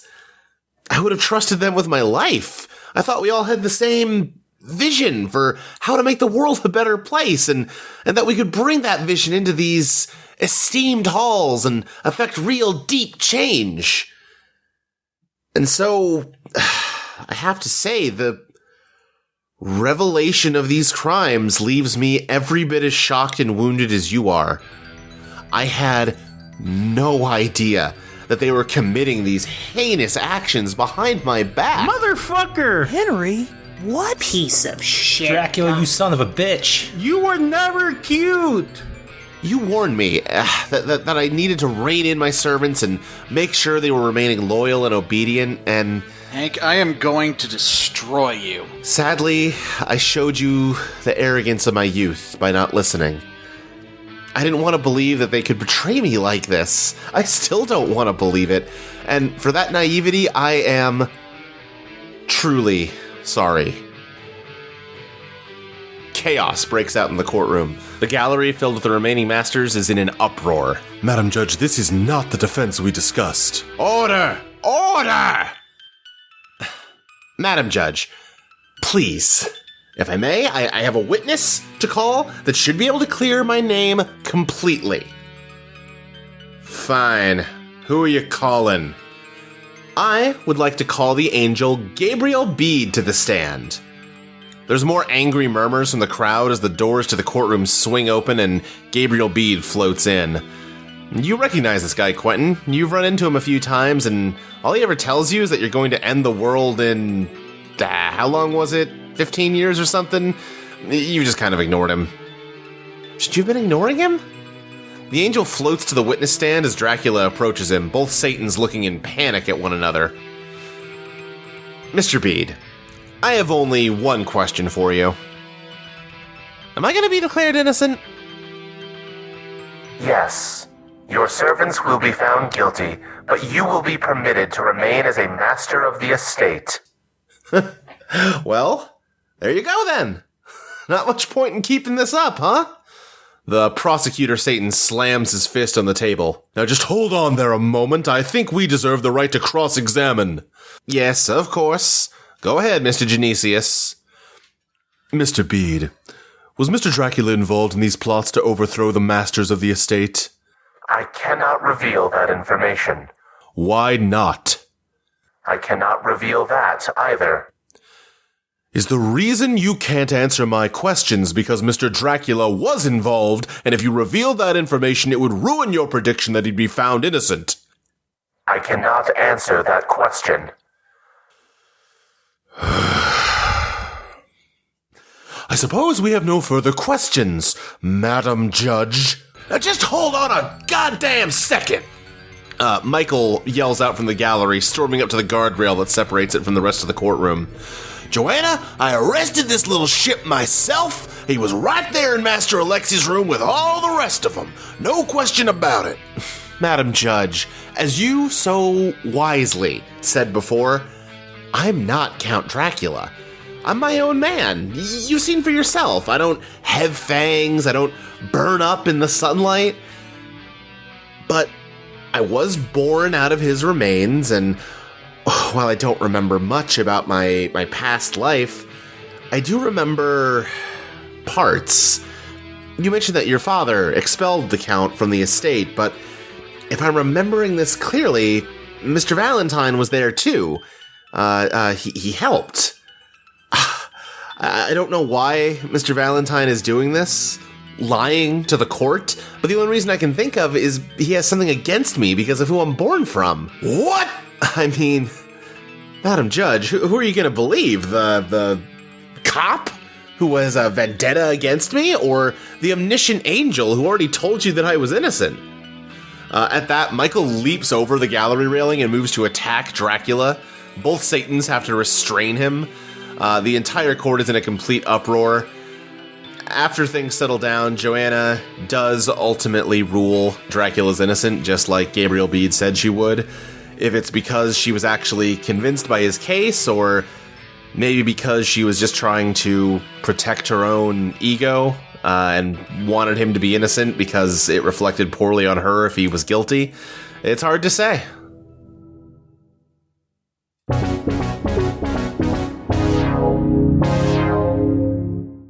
Hello there, everybody. It's me, Luke. How is it going? God, this is a long episode. We would usually be done by this point, but I guess that's what happens when you try to cram an entire RPG campaign into a single session.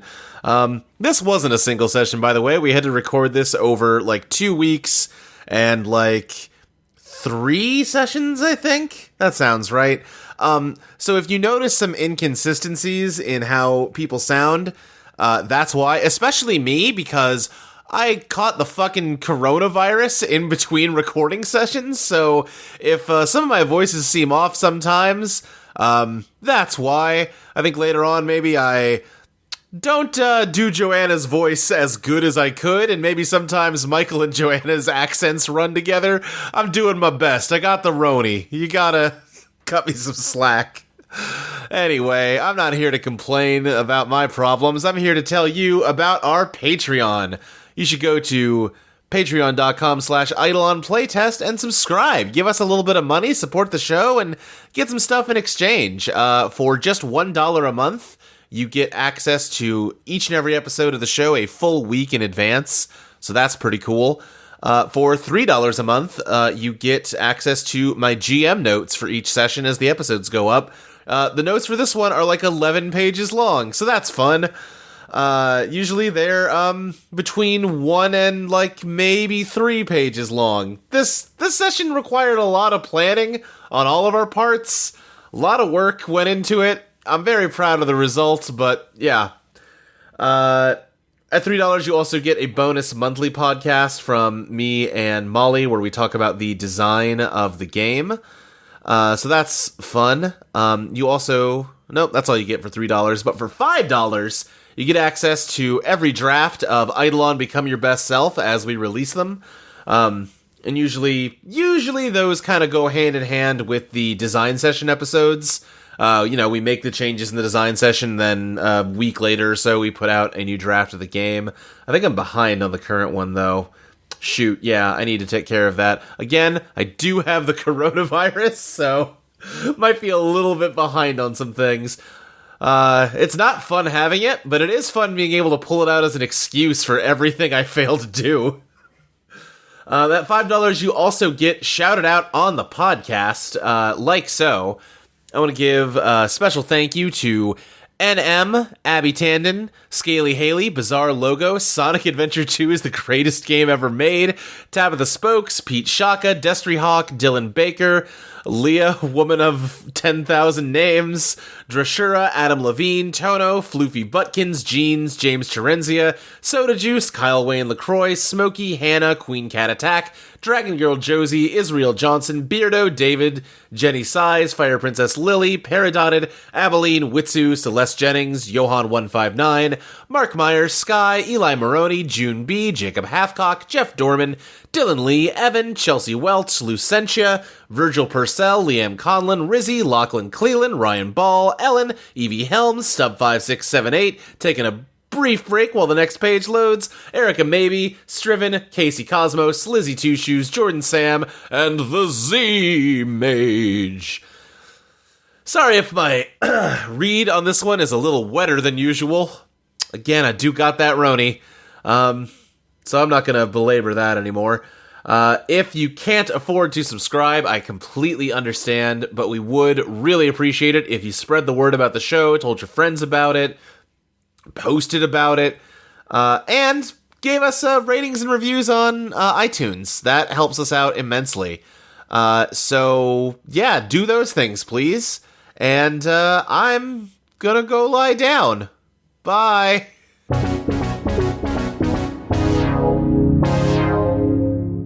So, all of you have been sentenced to the dungeons. They're the same ones that the future group got locked in. Your Eidolons don't work down here.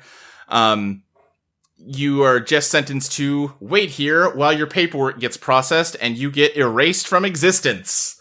Cactus Jack, you are small enough to fit through the bars of this dungeon, so they put you in a big, stockade so you can't fit through them. That's just cruel. Is stockade the right word? Like stocks? Yeah. Yeah, small enough to hold a little mouse. Yeah. Yeah, uh-huh. A stocklet. Yes. And, it's been a few hours since the trial when Dracula betrayed you. Like you kinda knew he would. Quentin's crying. I'm gonna kill him. I'm gonna kill him. I'll find a way. I'm gonna kill him. Carly, you were right. I'm sorry. Yeah. I fucked up. I should have listened to you from the beginning. I'm not... Yeah, I was right, but I'm not super fucking happy about it right now. This, sucks. I'm sorry. What are we gonna do? What are we gonna do? We're gonna die, Quentin. I can't not exist. I mean, you know what, Quentin? Honestly, since we're at the end of everything and we can all speak our minds. Honestly, Quentin, I don't think much is gonna change on your end. What? Oh, that's just What do you mean? No. on, You Ron. know what? He's right. Quentin, you haven't fucking stood up for yourself. You haven't said a single goddamn thing if you thought it might make Hank angry or upset or anything even just a little bit annoyed at you. Hank sucks. Hank's a monster. You, Quentin Brooks, are pathetic.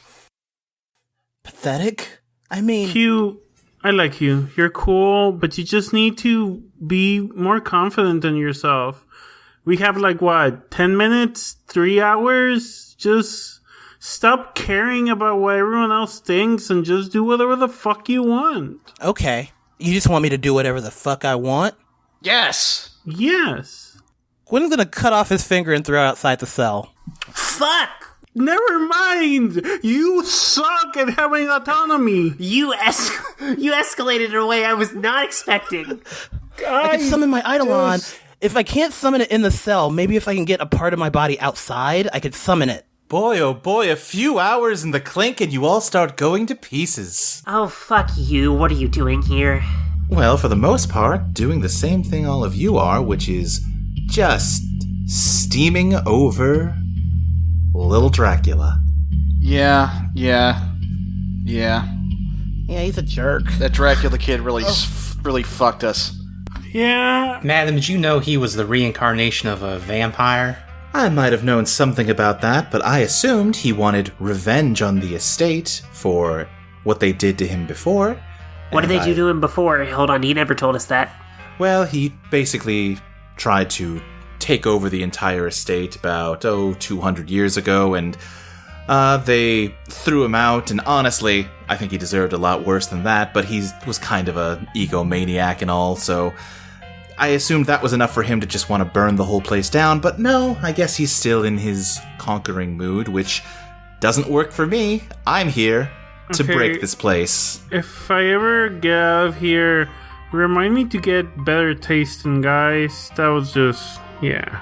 Alright, will do, but how about we focus on the more immediate concerns for now? Is everyone still on board with destroying the estate? And how? I'm on board with leaving and just not having to deal with any of this shit anymore. Yes. Period. Ever. God, yes. Sure. How's your finger stump doing, Quentin? When I get out of here, I can heal it with speaker box. But, Okay. Caroline, Just... that may be an option for you to just leave and forget about all this, but there are still trillions of shades trapped in the zoo that do not have that option, and that is my next objective. Trillions? You never said what? This my place God. has been around a while. Now, on one hand, there are a lot of shades in that zoo. On the other hand, not sure I would count on the cowboy mouse's ability to count. I'm not the best at math. How big is Underzona? Cactus, we're gonna get this done. There's nothing more I want to than go back to my daily life of not talking to anyone and just pretending to care at school, but we're gonna get this done. We're gonna get rid of the estate, and then all your shade friends will be free, and we'll find a way to kill Dracula. Everything's gonna be okay. yeah. No more playing by the rules. If he can break the rules, we can break the rules too. And we're gonna figure it out. Yeah, I'm here to break out anybody who's up for killing Dracula and burning down the estate. If you want to escape, you're gonna have to figure that out on your own. If you want in on the revenge plan, though, raise your hand. I raise my hands. Fine. I raise my hand. Quentin, do you want me to raise your hand for you? Yeah, please. Okay. Thank you. I'm raising my other hand. It's for Quentin. You're so sweet. Thank you. All right. I just want to be clear, this is just because you freaked me out with the finger move. Fantastic. In that case, she snaps her fingers and the door slides open. The first thing you're going to want to do is head to the paperwork department and stop yourselves from being erased. We can figure out what to do next afterwards. Okay. This place has a paperwork department? Never mind. Let's go. Yeah, Quentin, you pick up your finger and heal it once you get out of the dungeons and can use your Eidolon. And you sneak your way towards the paperwork department. It is just rows and rows of desks. The room is incredibly tall with papers just drifting from the ceiling. Lots and lots of servants are running to and fro to catch papers, file them, and sort them. And suddenly, as soon as you walk in here, all of you are overcome with the urge to help them. Oh, jeez, these people need help. Jeez. Fuck, we better get on it. I gotta... This just needs to be organized for a little bit. God, what filing system do they use? Cactus Jack starts carrying a really big stamp that he can barely lift and starts stamping papers. Oh, adorable. I love Cactus Jack. Oh, the amount of fan art that mouse is gonna get. A giant mechanical arm descends from the ceiling, and a pod labeled Metatron kind of juts out from the side, and from inside of it you can hear, "Excellent, it appears we have been sent more employees. More employees will lead to more efficiency. Please, work to your heart's content." You got it, boss. You all begin working, and you work, and you work. You start to lose track of time, which isn't ideal on account of you're slowly being erased. Put the paper in the thing, and then you stamp it. Staple. Put the paper in the thing, and then you stamp it. Staple. Ursula, after what seems like it might be days, you kind of snap out of it and realize that you have basically no time left. You need to deal with the burning up paperwork now if you're not going to be erased. Fuck. What? Shit. Fuck. The papers. And I start running to where our stuff is. Yeah, you make a break for the termination department near the back. No one else, including your friends, seem to even notice you. And you wonder if that's because they're under Metatron's spell or because they're being erased. As you walk into the room, you can see 5 files laid out on the table, all burning up, each at a slightly different rate, and you can see that yours is the most burnt of all. It is almost completely gone, which might explain why Metatron's effect seems to have worn off on you. There's not enough of you left for him to influence. I realized that I'm gone already, and maybe I can save my friends. Maybe I can do something, and I can have them keep on going. So I just start putting them out and leaving mine at the end and hope that I can do it. You reach out one hand to start patting out the fires, and your hand passes through the table. I put my whole, elbow and body and just, throwing myself against the fire. Yeah, more and more of your body seems to become intangible the longer you try to pat the fire out. You're getting more and more desperate and frantic, but you do just barely manage to succeed in putting out all the fires but your own, and you reach for the last little burning ember that's left of your paperwork, but as the last of your left hand reaches out for it, it burns up, and suddenly you are gone.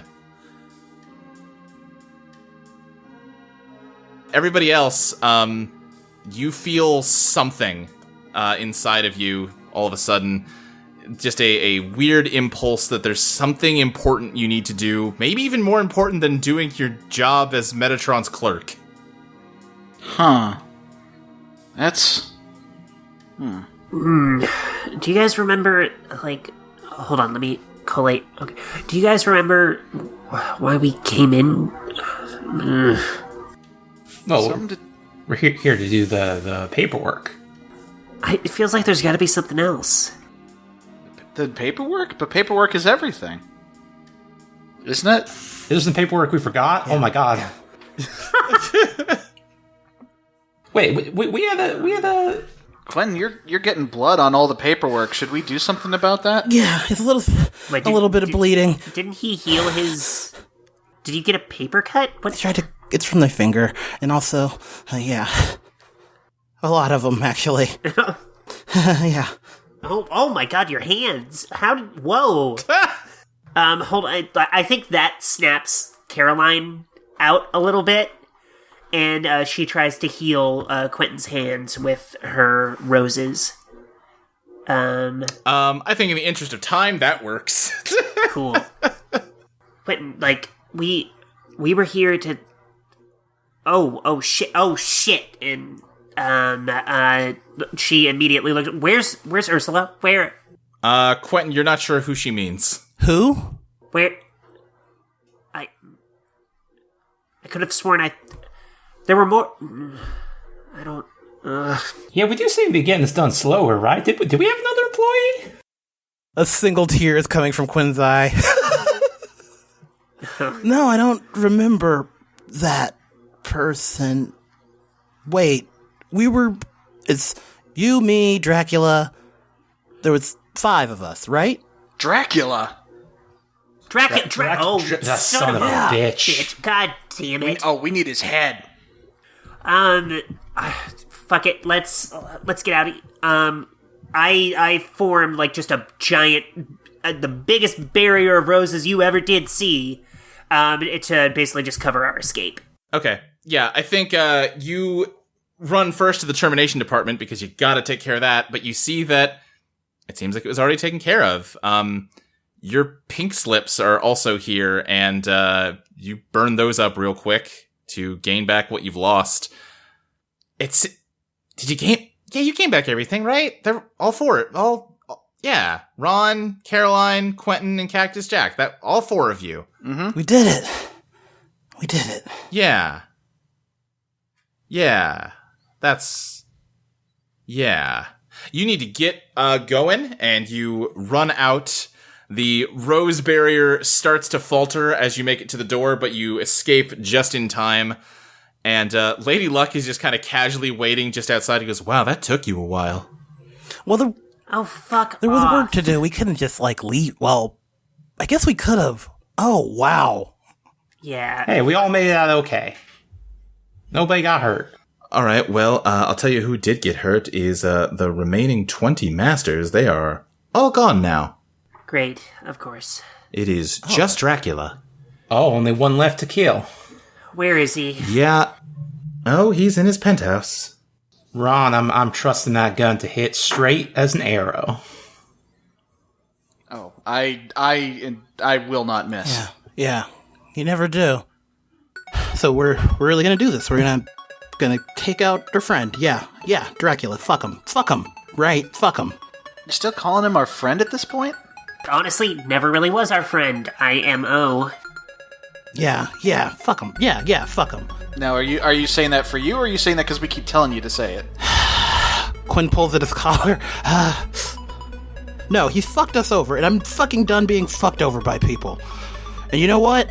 I think we need to take him down, but Yeah? I don't think the heads-on approach is going to be the best way. I think if we all just go there, he's going to fucking wipe us out. I think we should split up into 2 teams. Okay, what are you thinking? I mean, there's only 4 of us. Right, 2 and 2, perfect. Yeah, fucking Cactus Jack and Ron. Fucking Cactus Jack can pop up behind him, and Ron can blow his brains out or something, I guess. Me and Caroline will make sure the rest of the estate or anybody doesn't fucking interfere. Yeah, I mean, sure, that's, I'm not gonna be as good as, Ron at getting him got, so, okay, sure. Yeah, we'll find another way, get the escape route. You guys take out Dracula, and we'll run cover. Ron, how good are you with that revolver? Well, I know you're one of those, you're some kind of cowboy, but I think I'm probably still gonna be the best you've ever seen. See, that's the kind of confidence you need for fucking Drac. As I am a scurry little mouse, maybe I'll just, distract him, maybe whisper in his ear a bit, and then you pop his head like a grape. That sounds like a plan. All right, so for this, I do want to empower us with the social transmutation. Yeah. Yeah. Give me that glam roll. Also, what level am I? Some level, I don't know. 7, doesn't matter. All right, so yes, it's 6 plus 2.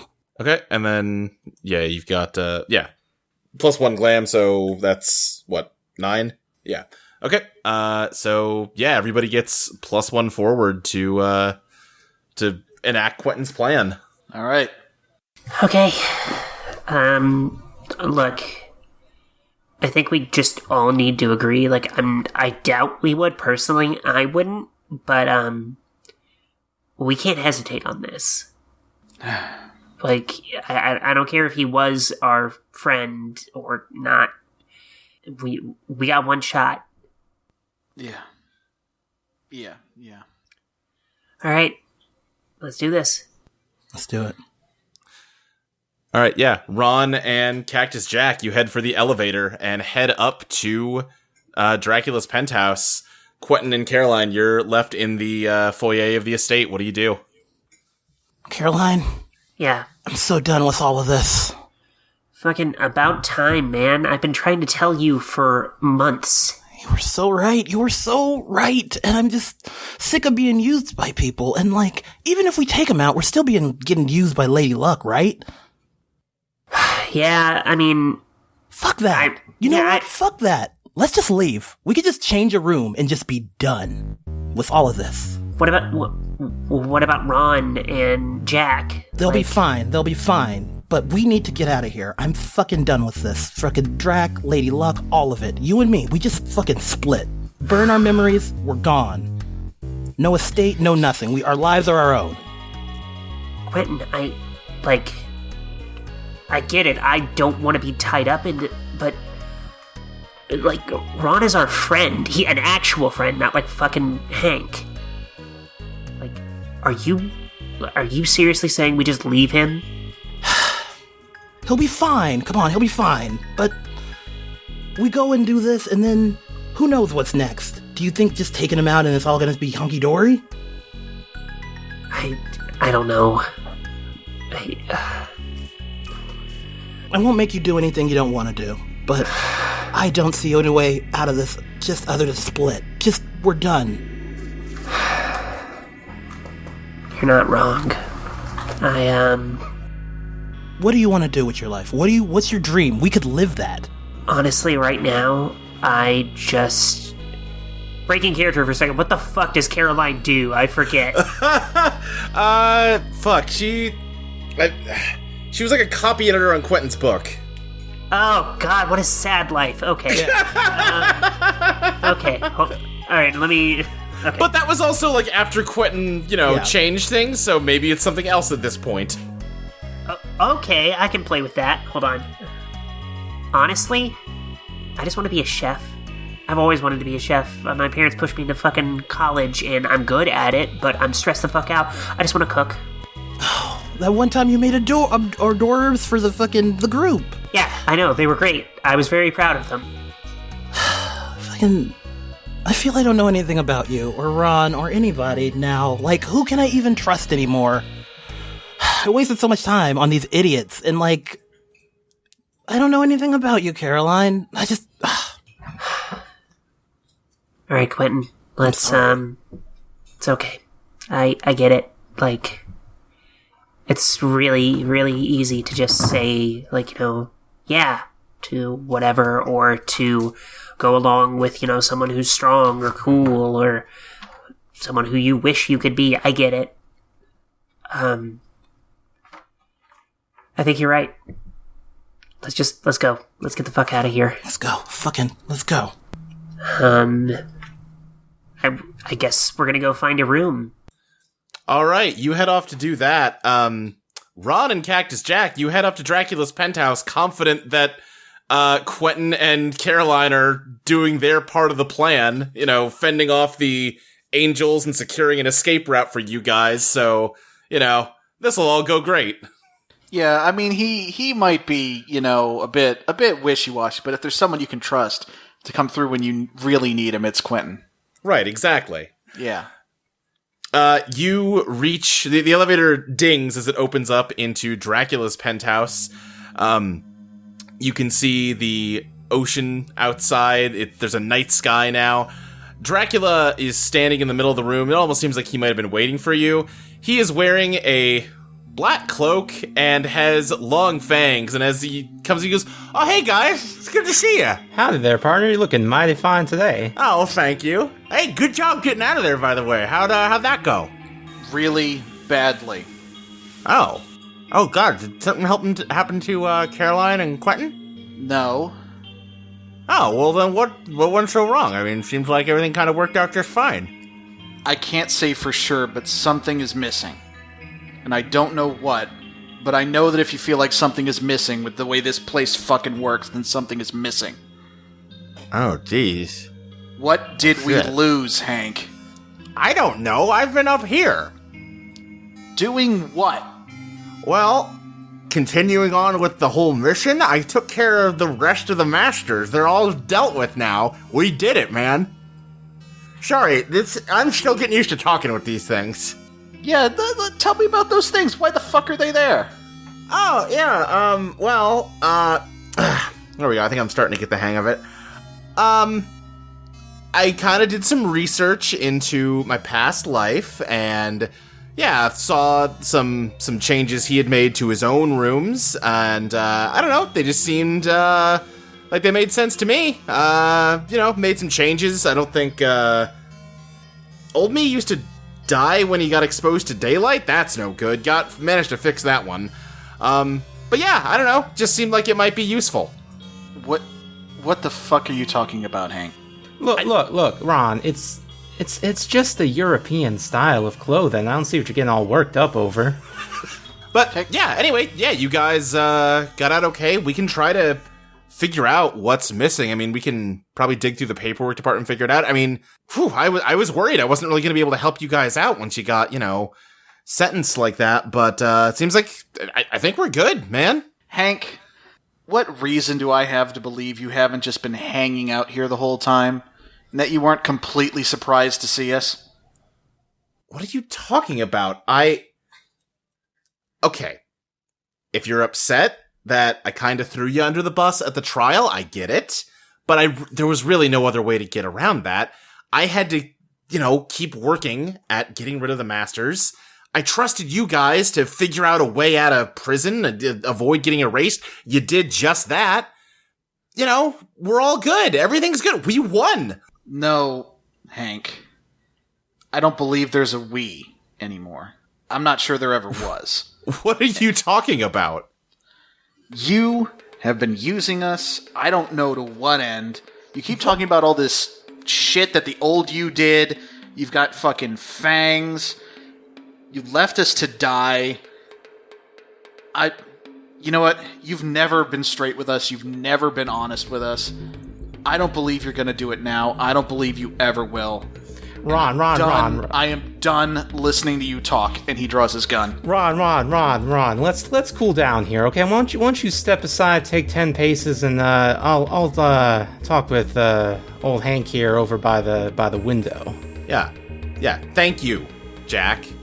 He just kind of shakes his head at you, Ron, as he heads over to the window with you, Jack. Ron lets him walk over there, but he does not lower his gun. I think Dracula's Eidolon comes out and is watching you while his back is turned to you. Can you describe Dracula's Eidolon again? Yeah, it is hot-blooded. It is kind of this gangly, dark gray thing with glowing red eyes, and its hands kind of meld into his hands. It has to kind of twist its wrists around strangely in order to face backwards to look at Ron right now. It's almost connected to him in a weird way. Huh. Now, Henry, I'm gonna be straight with you, partner. Things aren't looking too good here when it comes to our friendship, if you know what I mean. I'm not sure I do know what you mean. Everything has been going perfectly. Well, it's been going perfectly for you, but we haven't freed even one shade from the zoo. Well, okay, hey, I'm the master now. We can get right on that, man. Yeah, you want to do it right now, is what you're saying. I mean, sure. Yeah, yeah, why not? Do you have a plan in mind? Have you scoped out the place? I mean, it's my place. I figured I can just pick up the phone and tell him to, open up the cages, and we're done. Yeah, why don't you do that right now? Okay, yeah, sure. He heads over to the phone at the table and picks it up. He's still shooting looks over at Ron, pointing his gun at him. And after a moment, he just says, "Hi, yeah, Joanna, it's Henry. Can you free up all of the shades in the menagerie?" "Yeah, I don't really care. Just, I don't know, get rid of them. I don't know, just free them. It doesn't matter. Who cares?" I don't know. Figure it out. All right, yeah, bye. And he hangs up. There, done. Sounds like there's gonna be some kind of holdup there. Oh, she was kind of fussing about it, but she's gonna do it. I'm the boss. When? I assume immediately. Yeah, let's go down there and check, why don't we? Henry? Okay, you know what? I am starting to get a little sick of this constant suspicion being thrown at me. I have done nothing wrong this entire time. I have stuck to the plan that everybody agreed on from the start, okay? We have been... I've eliminated every master. I've had to improvise a little sometimes when things got hairy. And okay, again, I'm sorry that the trial went the way that it did, but everybody made it out okay, alright?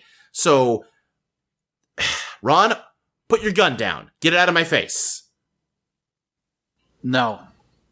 I am done taking orders from you. I am done listening to your schemes and your ideas.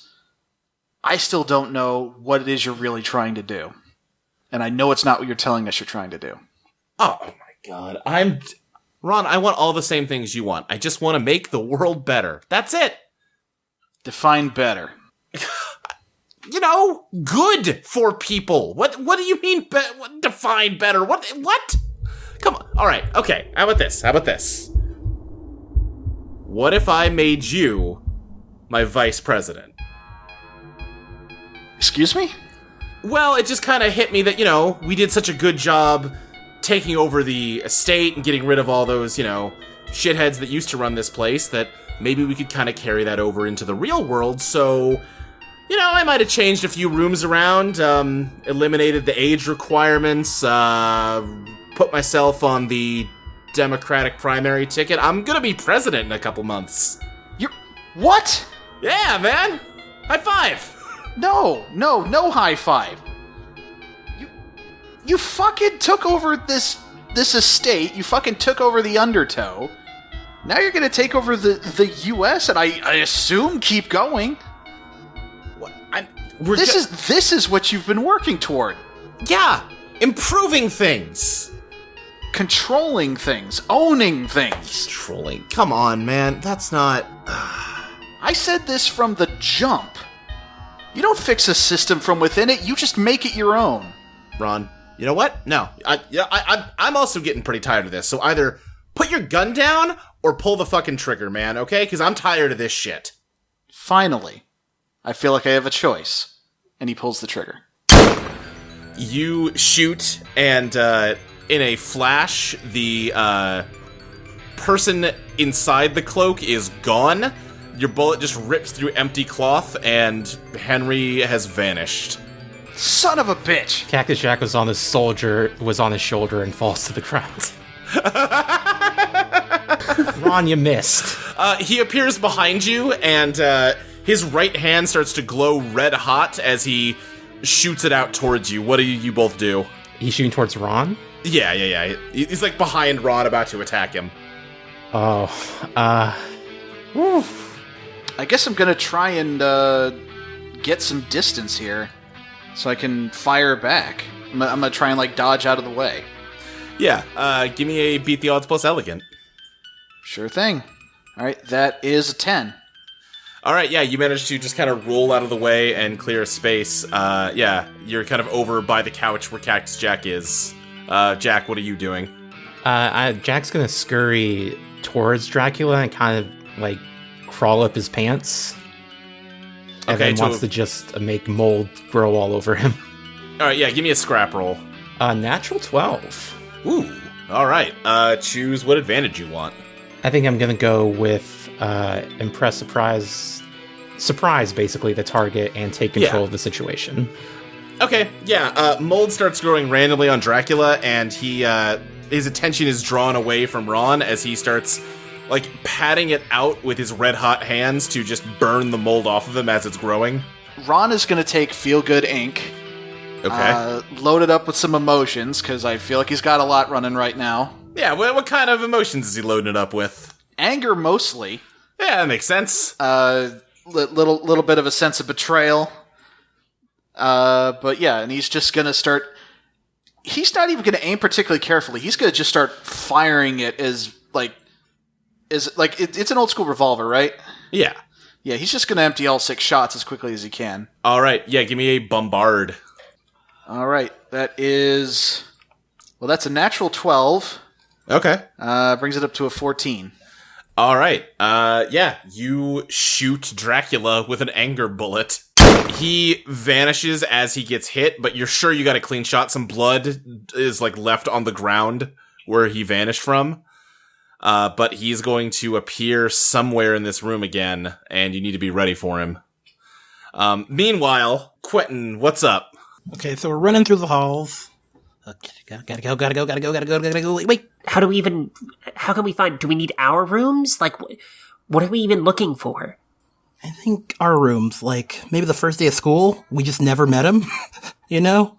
We just Yes. Shit. I think, as you're trying to think about this, Lady Luck suddenly appears between the two of you and says, "Now what's the rush?" We don't have time for you right now. Yeah. Bye. And I just keep going. What are you trying to erase your memories for? That seems rather extreme. I do not give a shit about what you think, so bye. What if I could help? I do not think that's a good idea. not here for your help. You could either spend who knows how long trying to find the right room, or we could cut a deal. Oh yeah, let's cut a deal with the fucking shady god lady. Fuck this. No. What have I ever done to make you distrust me? I broke you out of jail not a week ago. Your vibe, honestly. I thought we were on the same side. We all hate Dracula. Everything about you just reads bad. Don't do it. But didn't he summon you? Why do you hate him? Because he's not following through with what he said he'd do. He's not going to destroy the estate. Then why would you help us? Because you're at least, well, I guess you're really not trying anymore, are you? How come you're not trying anymore? You seemed so gung-ho about it just a little bit ago. I'm tired of being someone's fucking tool. And I'm just tired in general, honestly. Alright, well, you're both useless then. We may as well just get you out the door as quick as we can so we can move on to more important things. What do I get if I take your memory from you? What do you get? Yeah. I legitimately do not know how to answer that question. Alright. How about I just get to keep your memories? No. I don't like that. Quentin, do you think... In exchange for getting us out of here, you're gonna take our memories. Yeah. Quentin, do you think we could find a room in time? Do I think I can find a room in time? Probably not, no. Okay, I've read enough fucking folklore to really want to, dot my I's, cross my T's here. If we agree to this deal, you do not alter our memories, you just take. That's all I'll do? You put us someplace safe. I'll put you right back where you came in from. Okay. How can you account for the time lost? If we're losing our memories, it's been months. Well, I don't know. You're the one that wanted to lose your memories in the first place. Oh, you probably have a vague, hazy recollection of something happening. Oh no, I'm talking about fucking college, fucking life. You're the magical, I honestly don't know, lady. You need to accommodate for that. Or make sure we're going to be in an okay spot. You've been changing your rooms this whole time to keep up with your schoolwork. It'll be fine. You'll probably be a little disoriented, but... Listen, I'm not here to try to screw anybody over. I don't like this. That's a Dracula move, baby. Quentin, it's your call. If you say we'll do it, I'll do it. Quentin gets a gleam in his eye, and he says, I think we'll do it. But if by any chance I wind up fucking working for you and trying to take down the estate again, you fucking owe me. Owe you what? A favor. All right, deal. And she snaps her fingers, and Caroline, your face immediately just goes blank, and you just darkness comes over you. Quentin, you can just see her whole body slacken. She doesn't fall over, but there's just she's asleep standing up. He goes, all right, she talks too much. But let's talk about you, Quentin, because really you're the reason I decided to help out. What do you want to talk about? Well, I think there's a good chance you might end up working for me again someday because you're so useful. And I'm not going to break the deal. I'm going to do everything like I said I would. But if, for instance, someday you got your memories back, but edited a little bit, and she holds up a piece of paper, and you can see that runes of some kind are like floating through the air, coming out of your head and writing onto this paper, which in the center just says, riding high on love's true bluish light. Well, it might make you a little more useful, especially if you don't remember that whole favor thing. You're so weak-willed and easy to push around, you're really the ideal lackey. I'm not... No. While she's doing... I'm trying to think, is there a way I can do a counter spell on this while she's... Is there a way to distract her?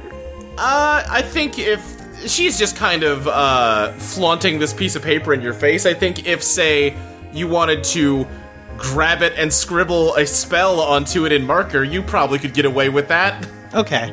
Well, if it's gonna be a deal, let's shake on it. I only shake hands when I'm gonna make an honest deal.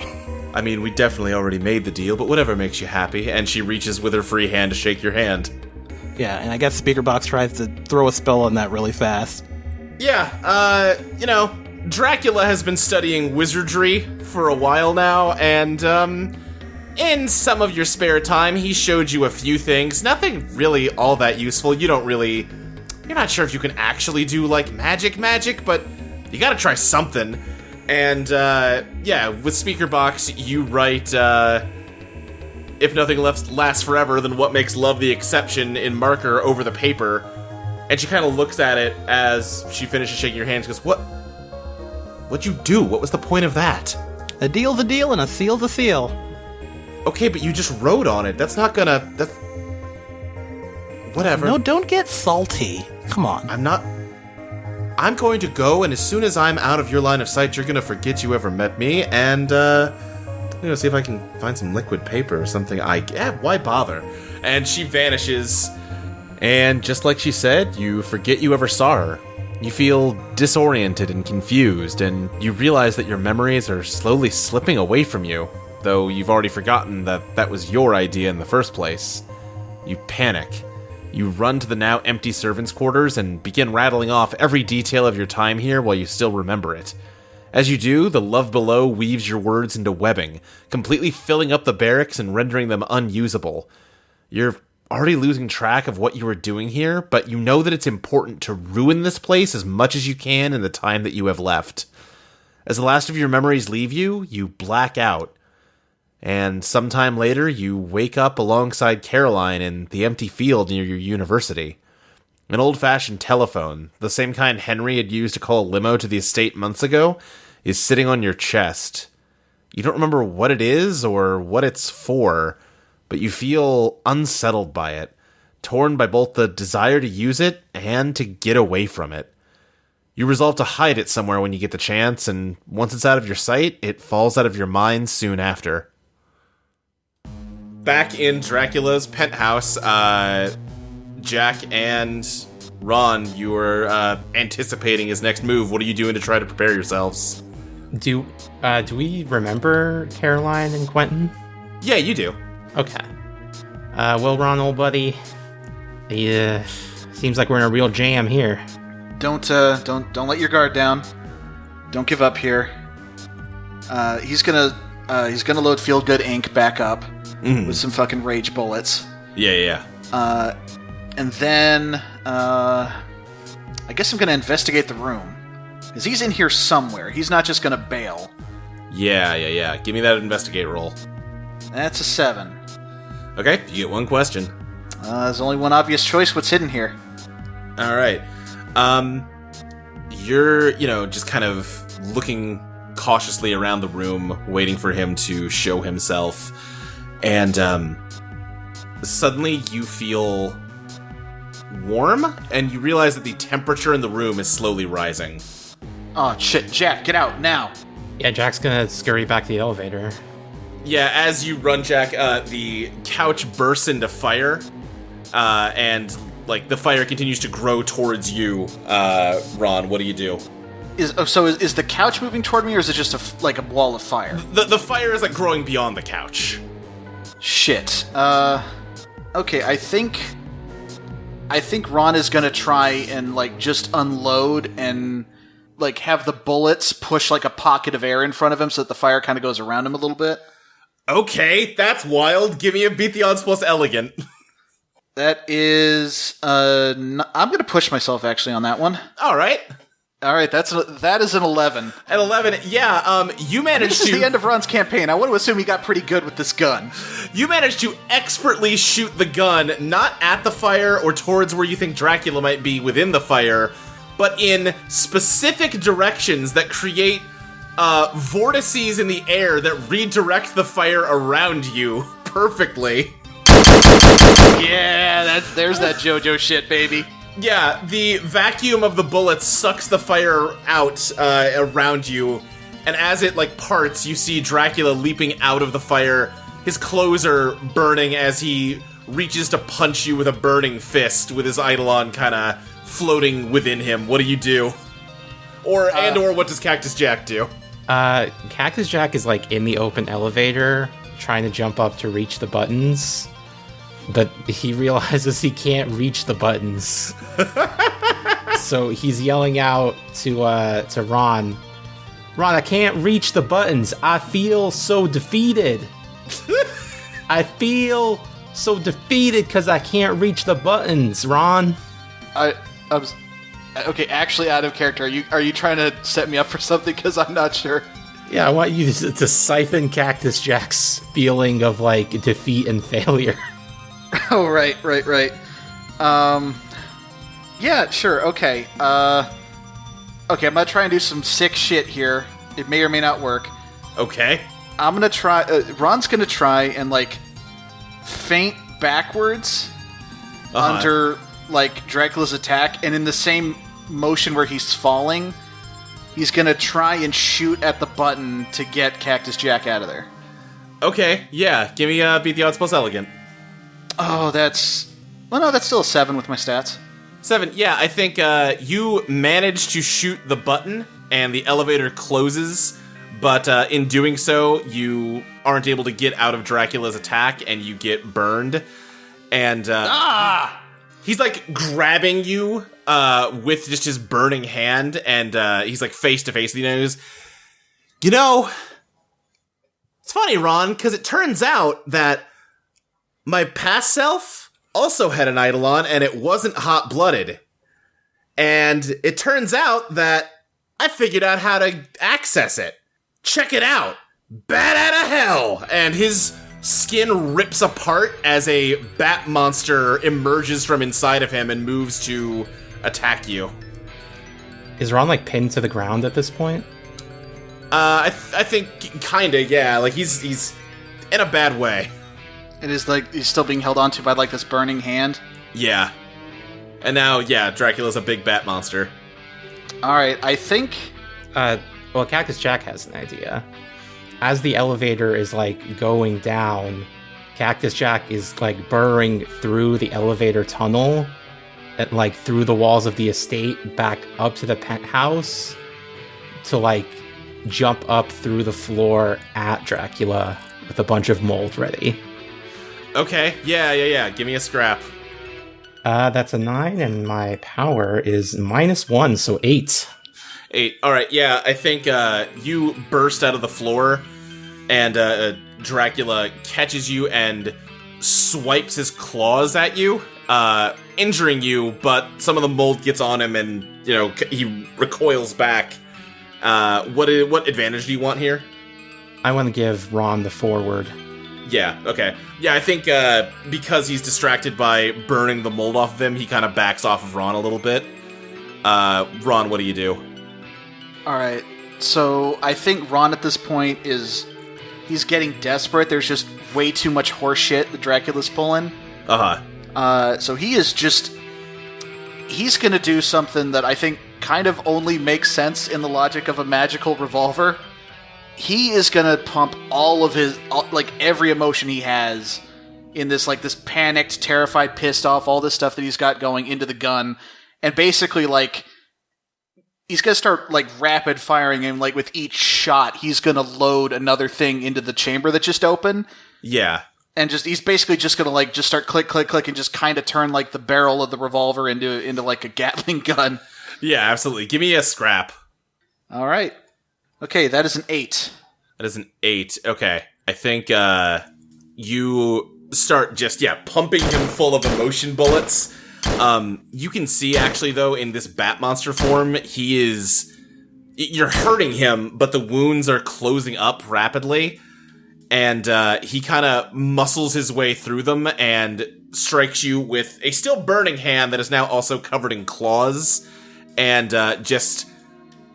opens up a huge wound in your side and sends you falling to the ground, and he's a little battered from it, but you are in a bad way right now, face down on the ground, bleeding out from, your stomach. Jack! Yeah, Jack's gonna scurry over. Buddy! Oh, you're not looking good. Get out of here. Regroup. Find Quentin and Caroline. Figure out a way to stop Dracula. You need to get out of here right now.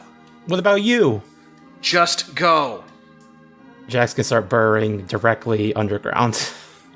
Yeah, you escape, and Dracula just heaves a couple breaths and sits down on the charred remains of the couch and slowly turns back to a human form and just kind of looks down at you and says, Man, I wish you hadn't made me do that, Ron. You were cool. That makes one of us. Jack, you emerge in some room in the estate, and Lady Luck's there waiting for you, and she goes, "Oh, nuts, that didn't go so well, huh?" No, it's just like the saloon days all over again. Yeah, when Quentin and Caroline decided to ditch out, I was starting to get worried this wasn't gonna work. Excuse me? Oh, Wait, yeah, what? they turned tail and ran, buddy. They abandoned old Cactus Jack? Yeah, they're gone. I think the only friend I have left might be about to be killed. Well, we do have a plan B. We might still be able to get rid of Dracula. I'm not sure you're gonna love it, though. At this point, I'll try anything. Well, if you can't beat him in a fight, maybe we could just get him kicked out of here. That's gonna be tricky, considering he's the only remaining master. But there is somebody here who might be able to help you out. But I don't think you're gonna want her help. Who is she? She's gonna be here in just a sec, you'll see. Anyway, I can't be seen, so see ya. And Lady Luck vanishes, and after just a moment of confused silence, Joanna walks in to this room and just says, What the hell are you doing here? Well, madam, I believe all the shades are supposed to have gone free by order of the master. What? Yeah, So I'm free to walk around as I please, I believe. What do you want? Well, frankly, I feel like the new master maybe could stand to be kicked out of here. Now, we don't really talk that way around here. Well, it's clearly not unprecedented. I believe there used to be a lot more masters, and where have they gone? Yeah, you're not wrong. There is, this has all been kind of topsy-turvy. I mean, I would definitely prefer if we could get things back to normal around here, but we can't just evict a master. I mean, he's, if we had multiple masters, we could take a vote and get him out that way, but that's really not an issue. That's not a possibility anymore, so I'm not really sure what we can do. Well, how do you get more masters? Well, that's a complicated process, but I mean, I can't just evict Master Dracula without the proper procedure. Is there any code of conduct for masters, like murdering their servants? Is that against the rules? That's not against the rules. Why not? Well, they're the masters.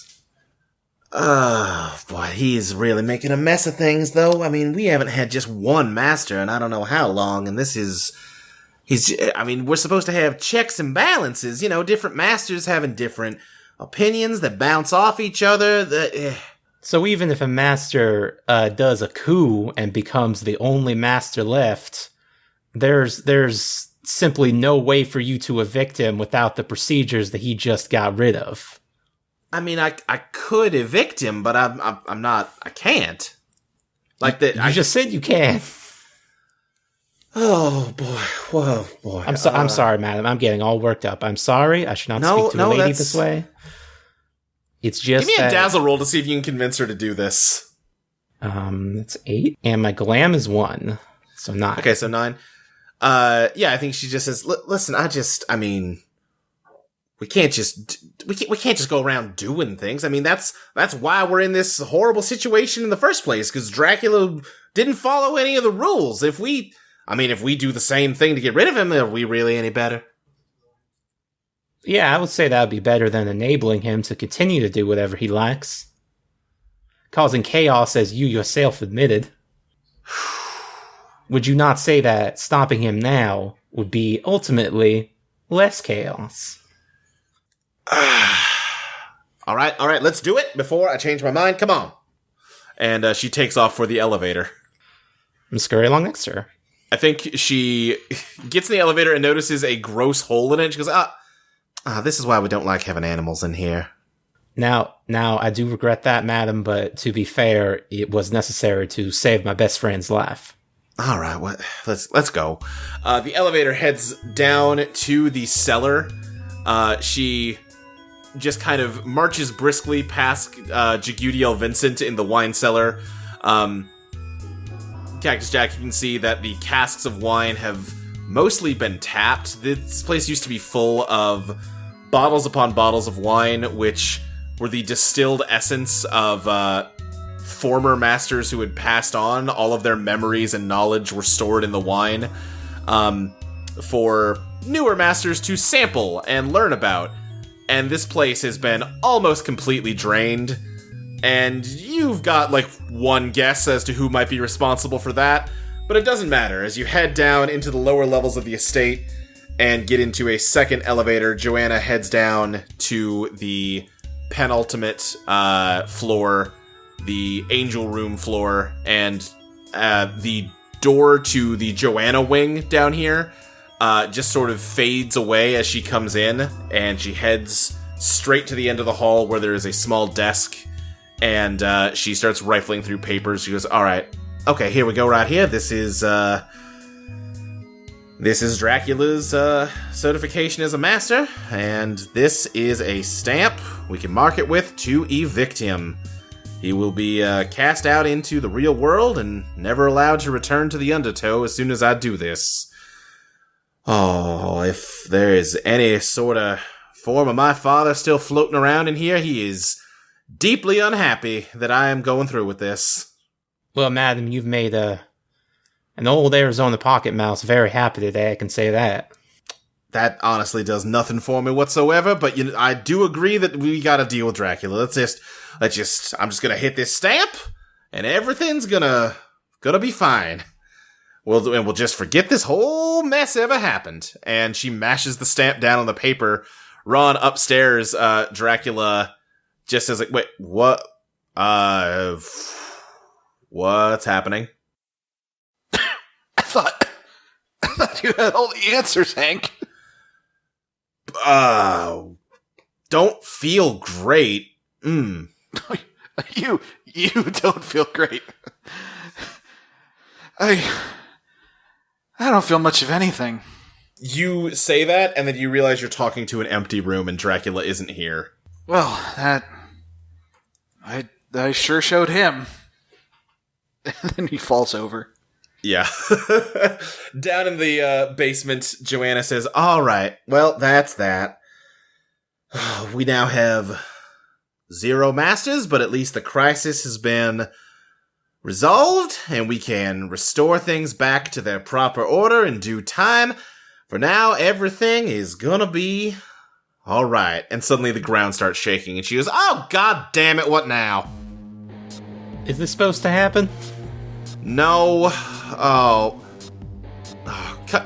come with me. And she takes off back towards the elevator and heads down one more floor to the floor marked with a heart. And the elevator opens up into a large tiled room with a huge, like, house-sized stained glass heart beating. And you can see that there's some kind of, like, inky darkness forming in it that is slowly expanding. And she goes, no, no, no, no. Oh my lord. What is coming out of there? Oh my... This is the heart of glass. It is the core of the entire estate. Oh no, it's eclipsing. Oh jeez. What? Oh no, were we too late? And I didn't realize he was making things this bad. Oh no. Part of the ceiling gets burst through, and Michael, the guy who arrested you, shoots in and says, Joanna, what the hell is going on down here? It's looking like we're getting a total eclipse of the heart happening. I don't know. We just, we evicted Dracula to try and, fix things. Wait. You're telling me that you evicted the last remaining master of the estate so that there is no one in charge now? God damn it. Oh, god damn it. You're saying if someone was in charge, there wouldn't be an eclipse? Yeah, the estate needs a master. That's how... I built the damn heart. That's how it works. The penthouse, Ron Moreau, he might still be alive. Please, save his life, and he can be the master. Joanna, go! Alright. You dumb mouse, whatever. Help me hold back what's about to happen, because this is not going to be fun. Okay, how? However you can. He's gonna put his little mouse paws against the heart. Push. The darkness spreads throughout the entire heart, and you can see 2 glowing eyes form in it, and the surface of the heart starts to crack, and a skeleton larger than a person bursts out of it, and you can see just like skin and musculature slowly growing over it, and it takes a swipe at you, Jack. What do you do?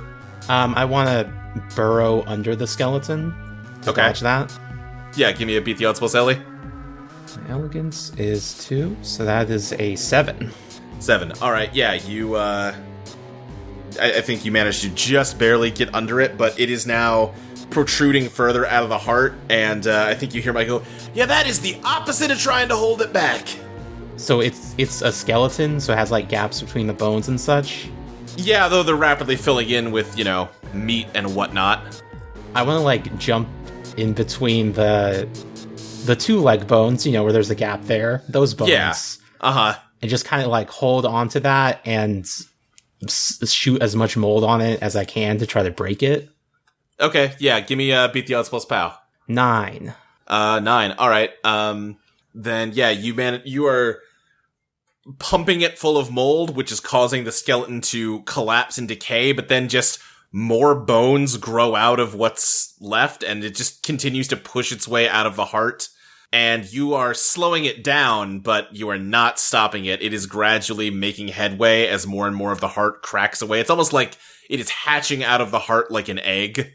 And I think behind Michael, you see Lady Luck just floating go, oh yeah, this is what I was waiting for. Madam, who is this? Oh, her? That's Teoff. Who's Teoff? Oh, goddess of nothing and despair. I've waited a long time to get to see her again. Hi! She waves at the roaring, disgusting skeleton, which does not seem to recognize her. Well, I'll give her a minute to get her bearings. Upstairs, Ron, Joanna comes running in. She goes, oh, Jesus. Oh, wow, you are bleeding a lot. I never stop to think about how weird it is that all of this is happening here. And y'all still say things like Jesus? Yeah, it's a good thing not to dwell on too much. It's just sort of a colloquialism. Don't worry about it. Sorry, it's hard not to let my mind wander. I've lost a lot of blood. Yeah, well, here's the thing, Ron.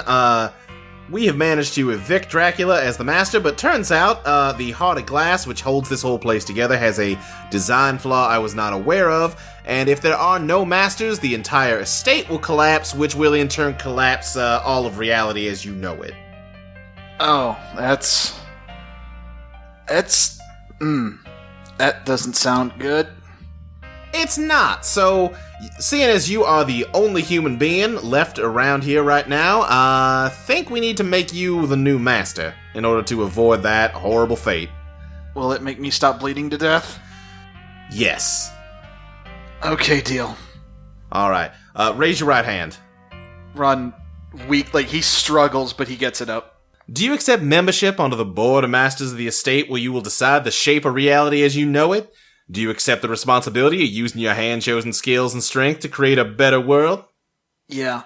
Alright, fantastic. You are now Master Moreau. And, your wound starts to close up. Okay. Alright. Please, can that be the last thing today? Please. Downstairs, the darkness inside of the heart starts to lighten up, and Lady Luck says, wait, no, what's happening? Fuck! And, the heart, closes up and cuts off the skeleton at, the hips where you are, Cactus Jack, and, what's left of it just kind of collapses and turns to dust as the heart gets back to normal. And Michael just kind of who was, fighting it off with just a glass sword, is like, oh, right, well, have not had a total eclipse situation in a long time. Yeah, I feel like you should maybe redesign this thing, if you don't mind my saying. I've got several ideas in that direction, to be honest. Well, it seems like everything's alright now. By the way, how's it going over at the menagerie? Huh, what? Well, the Master Dracula ordered that everyone be freed. Oh, well, I don't know. That's not my job. Oh my god, Ron, I gotta check on Ron. I'm sorry. Good day to you, sir. I gotta get to the penthouse. Alright, whatever. He's just he is exhausted. Lady Luck vanishes as you run, and, I think on your way up, Joanna, catches you and goes, it's all taken care of. We now have a new master. You've done an incredible job here today, Cactus Jack. Well, thank you so much, madam. That means a lot coming from you. I am so happy we can just get things back to normal now. No more Dracula fussing with everything. I feel so foolish for being taken in by him. My father was right. I agree that Dracula was no good. His final order, though, I hope you will still carry through with. Oh, no, he's gone now. We're not dealing with any of his orders. But we are gonna get back to work, getting these rooms clean. We'll figure out what Master Moreau would like us to do, and I will start hiring up some more masters, get this place back up into ship shape. Thank you again, Cactus Jack, for all your help. Oh. She turns her back to you, Cactus Jack. He said it would just be the press of a button. What's that? To free everyone from the menagerie, it would be easy. It could be done real quick. I don't know about real quick. I mean, it was going to be a little bit of an ordeal to go unlock all the cages, and now we don't have to, so that's good. I'll do it. You give me the key ring. Dracula's not here anymore. We're not going to do what he wanted us to. Okay, well, I'll just go take it up with the master then. Fine. She goes, we don't need to bother the master with such a trivial thing as the menagerie right now. He is recovering from a serious wound. Let's just let him rest. And, we got more important work to worry about than the menagerie. Let me ask you this, madam. Where do you happen to keep the keys? Are they on you? Well, yes. I'm gonna be taking those. Excuse me? I will be taking those. You can give them to me. or I can take them by force. I'm not gonna give you the keys. No. By force, then. Cactus Jack is gonna, like, jump onto her hip and kind of wrangle the key ring, which I guess would be on her hip with one hand, and then corrosive mold her hip at the same time. Okay, yeah. I'm not gonna have you scrap with this, because it's important that you succeed. I think she starts to scream as the mold eats through her leg and struggles with you for the keys. She falls over and lands face first in some of the mold that continue to grow and just starts to scream as your mold eats the entire top half of her torso. I apologize, madam, but it had to be done. And Jack's gonna scurry away with the keyring in his mouth to the menagerie. As you run off with the keys, Cactus Jack, you just feel something pierce through your body, and you look down and you see that there's just a glass needle through you. Aw, hell. I always knew it'd end up like this. And you feel your body swelling, and your mouse form explodes. You have died, and when a shade dies, they become a deeper, less coherent shade, and you just become a shadowy blob of darkness. And Michael just kind of walks up behind you and just says, shit.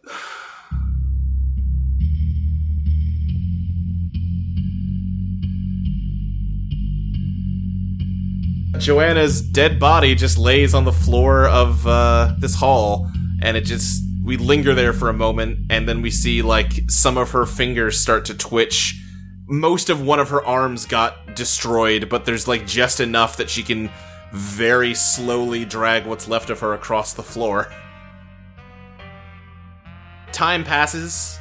Dracula was evicted from the estate, but he wasn't destroyed, and the changes he's made have still cemented him as the President of the United States.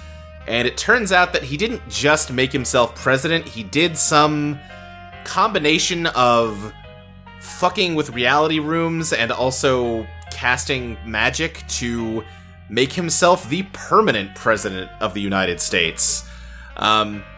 After his 2-term limit ends, elections just don't happen anymore, and no one really thinks about how weird it is that that's the case. Everyone just kinda forgets who the president is. If they think about it, they remember it's Dracula, and maybe they think that's odd for a moment before they just kinda shrug it off. He's just perpetually the most powerful man on the planet now, and nobody really cares. Quentin and Caroline remember basically nothing of their time in the estate. They just sort of have, like Lady Luck said, the hazy half recollections. They have some weird connection to the school where everything started, though. And Quentin in particular seems like he can't move on from it. He just stays there and somehow ends up, like, worming his way into a professor job. And meanwhile, in the Undertow, it is not clear how much time is passing. If it's years or weeks or centuries. With no other people around, it's like Ron has no frame of reference for time anymore, and it just seems like it stretches on forever. You didn't see Joanna again after she made you a master until much later, and her head was a statue now, and that's not great. She doesn't seem quite as lively as she used to be either. And you kind of just start to realize that you're alone, and you're always going to be alone. You're never gonna, like, use the estate's power because that's what you were fighting against. And it starts to get lonely and depressing. But you can't escape this, because if you do, then the heart's going to eclipse again. And, you know, you've talked with Joanna about that some more, and you understand that it's just not an option. It will destroy the entire world if you do. So you've basically become like a living, load-bearing pillar holding up all of reality. And as the misery of this starts to get to you, you resort to using feel-good ink to load up all of your sadness and desolation into bullets and just fire them off just to try to keep that hurt from completely getting to you. But the more you keep doing that to yourself, eventually it just starts to drain you emotionally, and you start to not feel very much at all. That's where we find you now, as you're approached by Michael Valentine and Satan Genesius. Satan just says, Master Moreau, we have some business we'd like to discuss with you. Business? Go on. Yeah, here's the thing, Ronnie. Me and Satan have been talking about this for a while, and this whole Dracula situation that put you here, it's really kind of jump-started our thinking here that the way the estate works needs to change. I'm listening. Well, it just seems that we've had people be in charge of it for so long, I mean, the whole time. And the thing about people is they get greedy, they get power-hungry, and they start to maybe not act in the best interest of everyone. They start to act in the best interest of themselves. I mean, you saw that firsthand. You'd agree with that, right? I suppose. Yes, well, sir, our idea is that we angels have been manning the estate, this entire time. We really have a much better long-term view of things, and we might be a little more better equipped to steward reality for the good of the human race than the random people that are chosen to become masters. I see. Oh boy, you are a real barrel of laughs to talk to these days, Ronnie. Anyway, our idea would involve headed into the real world, and it would be kind of a complicated ritual, you'd call it. And when it's done, basically, it would change the basic structure of the estate, basic structure of the Heart of Glass, and it would put the angels in charge of this place. It would, it'd free you so that you could go home, live a life, be a human again. And this part might interest you that, honestly, my very first order of business when I'm able to is to kill Dracula, because I cannot stand that guy. There's not much I care about at this point, but I definitely agree there. Okay, well, we will need a little bit of help from you. Angels can't just cross over into the real world too easily. We're gonna need your body. Explain. Certainly, sir. You see, only humans can cross from the undertow into the real world, but we've devised a trick, I suppose you could say, that would let one of us sort of hitchhike on your body into the real world. Your essence, your soul, would stay behind here, ensuring that the heart doesn't eclipse and keeping Teoth sealed inside of it. But we would take your body into the real world and use the blood from it in this ritual that we're describing. Well, probably only one of us will be able to go. I don't think we've decided who it'll be yet. But that's the long and the short of it. Very well. Do what you must. Fantastic! That went a lot better than I thought it would. I thought we were really gonna have to give you the hard sell here. Glad to hear you're on board. Yeah, alright, fantastic. We will be back soon. And yeah, they head off kind of smiling to each other as they get into the elevator. And yeah, before too long they come back. Satan, who, splits his body all the time, manages to split your corporeal form from your essence. The essence is what's left behind, and whatever last little connections to your ability to feel are severed when your body is taken from you. Michael takes your body into the real world, and in doing so, rewrites reality so that he's always lived in the real world as a stained glass artist and drug runner. Ron, your body is mostly destroyed by the trip, left as nothing but entrails and shattered bones, which wind up embedded in a stained glass piece that Michael crafted in this new reality. Your body has some connection to your erased emotions, and occasionally psychically screams out for justice, for death to Dracula, for the eradication of the estate, for this cruel and oppressive world to die so that a new one might be born.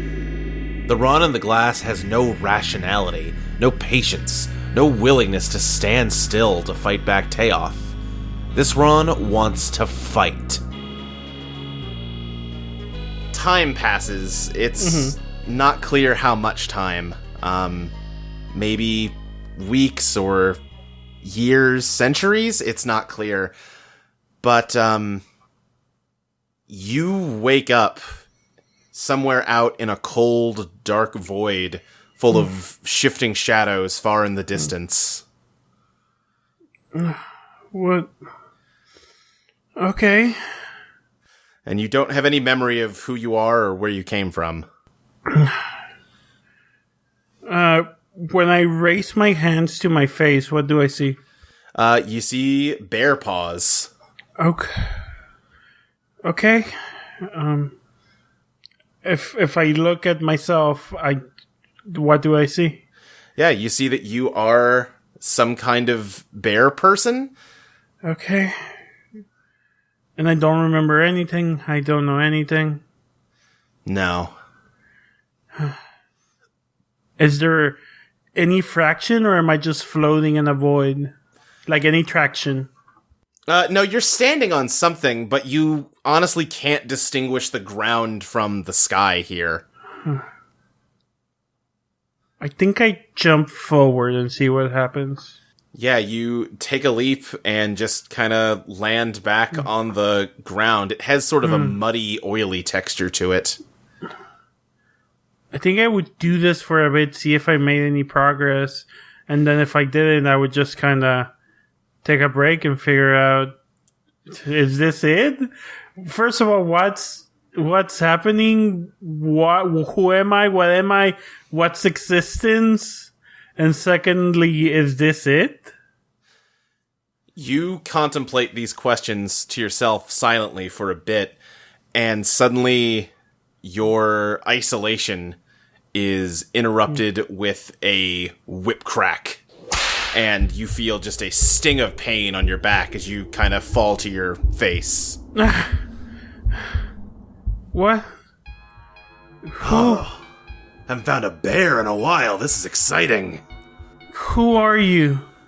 You turn and you see a man in a sort of torn up old duster and an eye patch holding a whip. And he just says, Well, my name is Raphael Hubert, the hunter of the estate. And you're coming with me. What? Why? Where am I? He cracks his whip and it wraps around you, tying you up. No! The tip of the whip turns into a wolf's head that bites into your shoulder to keep you still. Please! Why? What? Why? He just turns and starts to drag you across the ground and does not pay attention to your questions. I think, I'm not gonna act it out, but I think Ursa's just yelling and screaming for a while, and then I think after a bit, she just starts crying. And then after a bit, she kinda goes numb. Yeah, he drags you for a long time, long enough that you sort of lose sense of how long it takes, but eventually something, if you sort of twist your head to look ahead, there's something on the horizon. It's on the tip of your tongue what this is. A house? A house. It's a big house. Big house. And he walks past it. Behind it there is, what is it? Bushes. Hedges. Yeah, garden of some sort, maybe? Yeah, like a hedge maze. That's the word. Okay, yeah. You don't remember why you know that, but you do.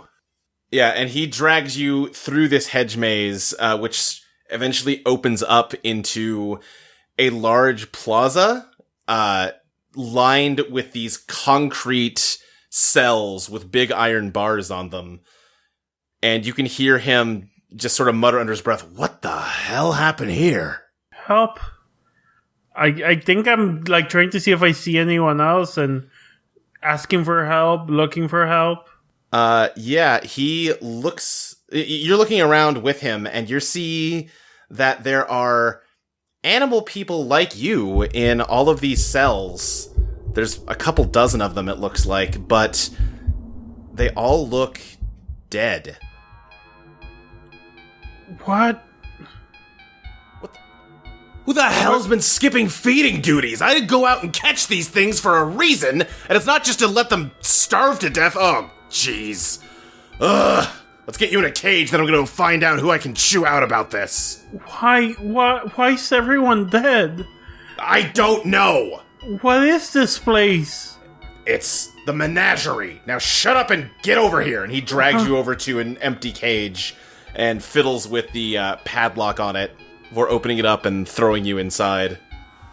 And this is just an empty cage. Yeah. Is there anything in it? There's maybe, let's say, a tire swing. Great. And maybe like a small pile of hay on one side. Imagine very much like a 19th century zoo pen. You know what I mean? Yeah. The kind that's like on the side of a box of animal crackers. Is this where you just leave me? Am I just supposed to be here? Why am I here? Shut up! Joanna! He storms off towards the house. Great. Yeah, I think after a while of screaming, she, like, crawls to the... I think she screams for a while and she, like, hits and punches and, like, claws at a tire. And then after she has exhausted herself and, like, both physically, emotionally, mentally, she just throws herself in the hay and cries herself to sleep. Yeah. You sleep there for some time. You wake up. There's not really... You can't tell how long you've been asleep for. There's nothing in the sky to really give you an indication. But no one's come back yet. And for some reason you get a weird inkling in the back of your mind that maybe you could break the lock on this cage and get out of here. I like approach the lock carefully, like if I'm expecting someone to yell at me. Yeah. And I like kind of poke my head a little bit through the bars and see that presumably I'm alone, or alone and with corpses, which is only worse. Yeah. I look at my hands, at my claws, and I think I grab it first, and like part of me feels like there's a way I can open this. Like I feel like there's a reason why I could open this. And maybe I mess with it for a bit. Should I try a pick locks at consoles here? Yes, you should. Or should I just try? Okay, let's do that. That's a 10. All right, yeah. Give me your choices.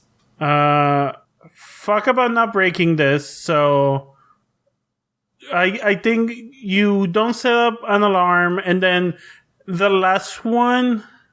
I guess you don't lose your tools, because my tool is my hand, so yeah, let's not lose that. I mean, I don't want to tell you how to play, but if you lost your tools, that would make sense with you losing what's left of pink bullets in you. Yeah. I mean, if we want to play that, we can even, like, retake that scene of me, like, instead of, or we can keep all this, but, like, if that's the case, I think it'd be more interesting of, like, I start messing at it, and then, like, a little lockpick comes out of my hand. Yeah. And it's kind of like frail, and I mess with it, and it just snaps at the same time the lock opens. Yeah. And I just leave it there and run. Yeah. You run, and you run, and you run, and you run. And you're not sure where to, but eventually you tire yourself out so much that you pass out. And you wake up with the sun on your face. You're in a field, And there's some buildings off in the distance that seem familiar to you, but you're not sure why. And you realize that you still look like a bear person, and for some reason that causes alarm in you, and you see your fur start to recede, and you take on a more human-looking figure. I guess I'll do this. I'm gonna start walking and see what happens. See what I do.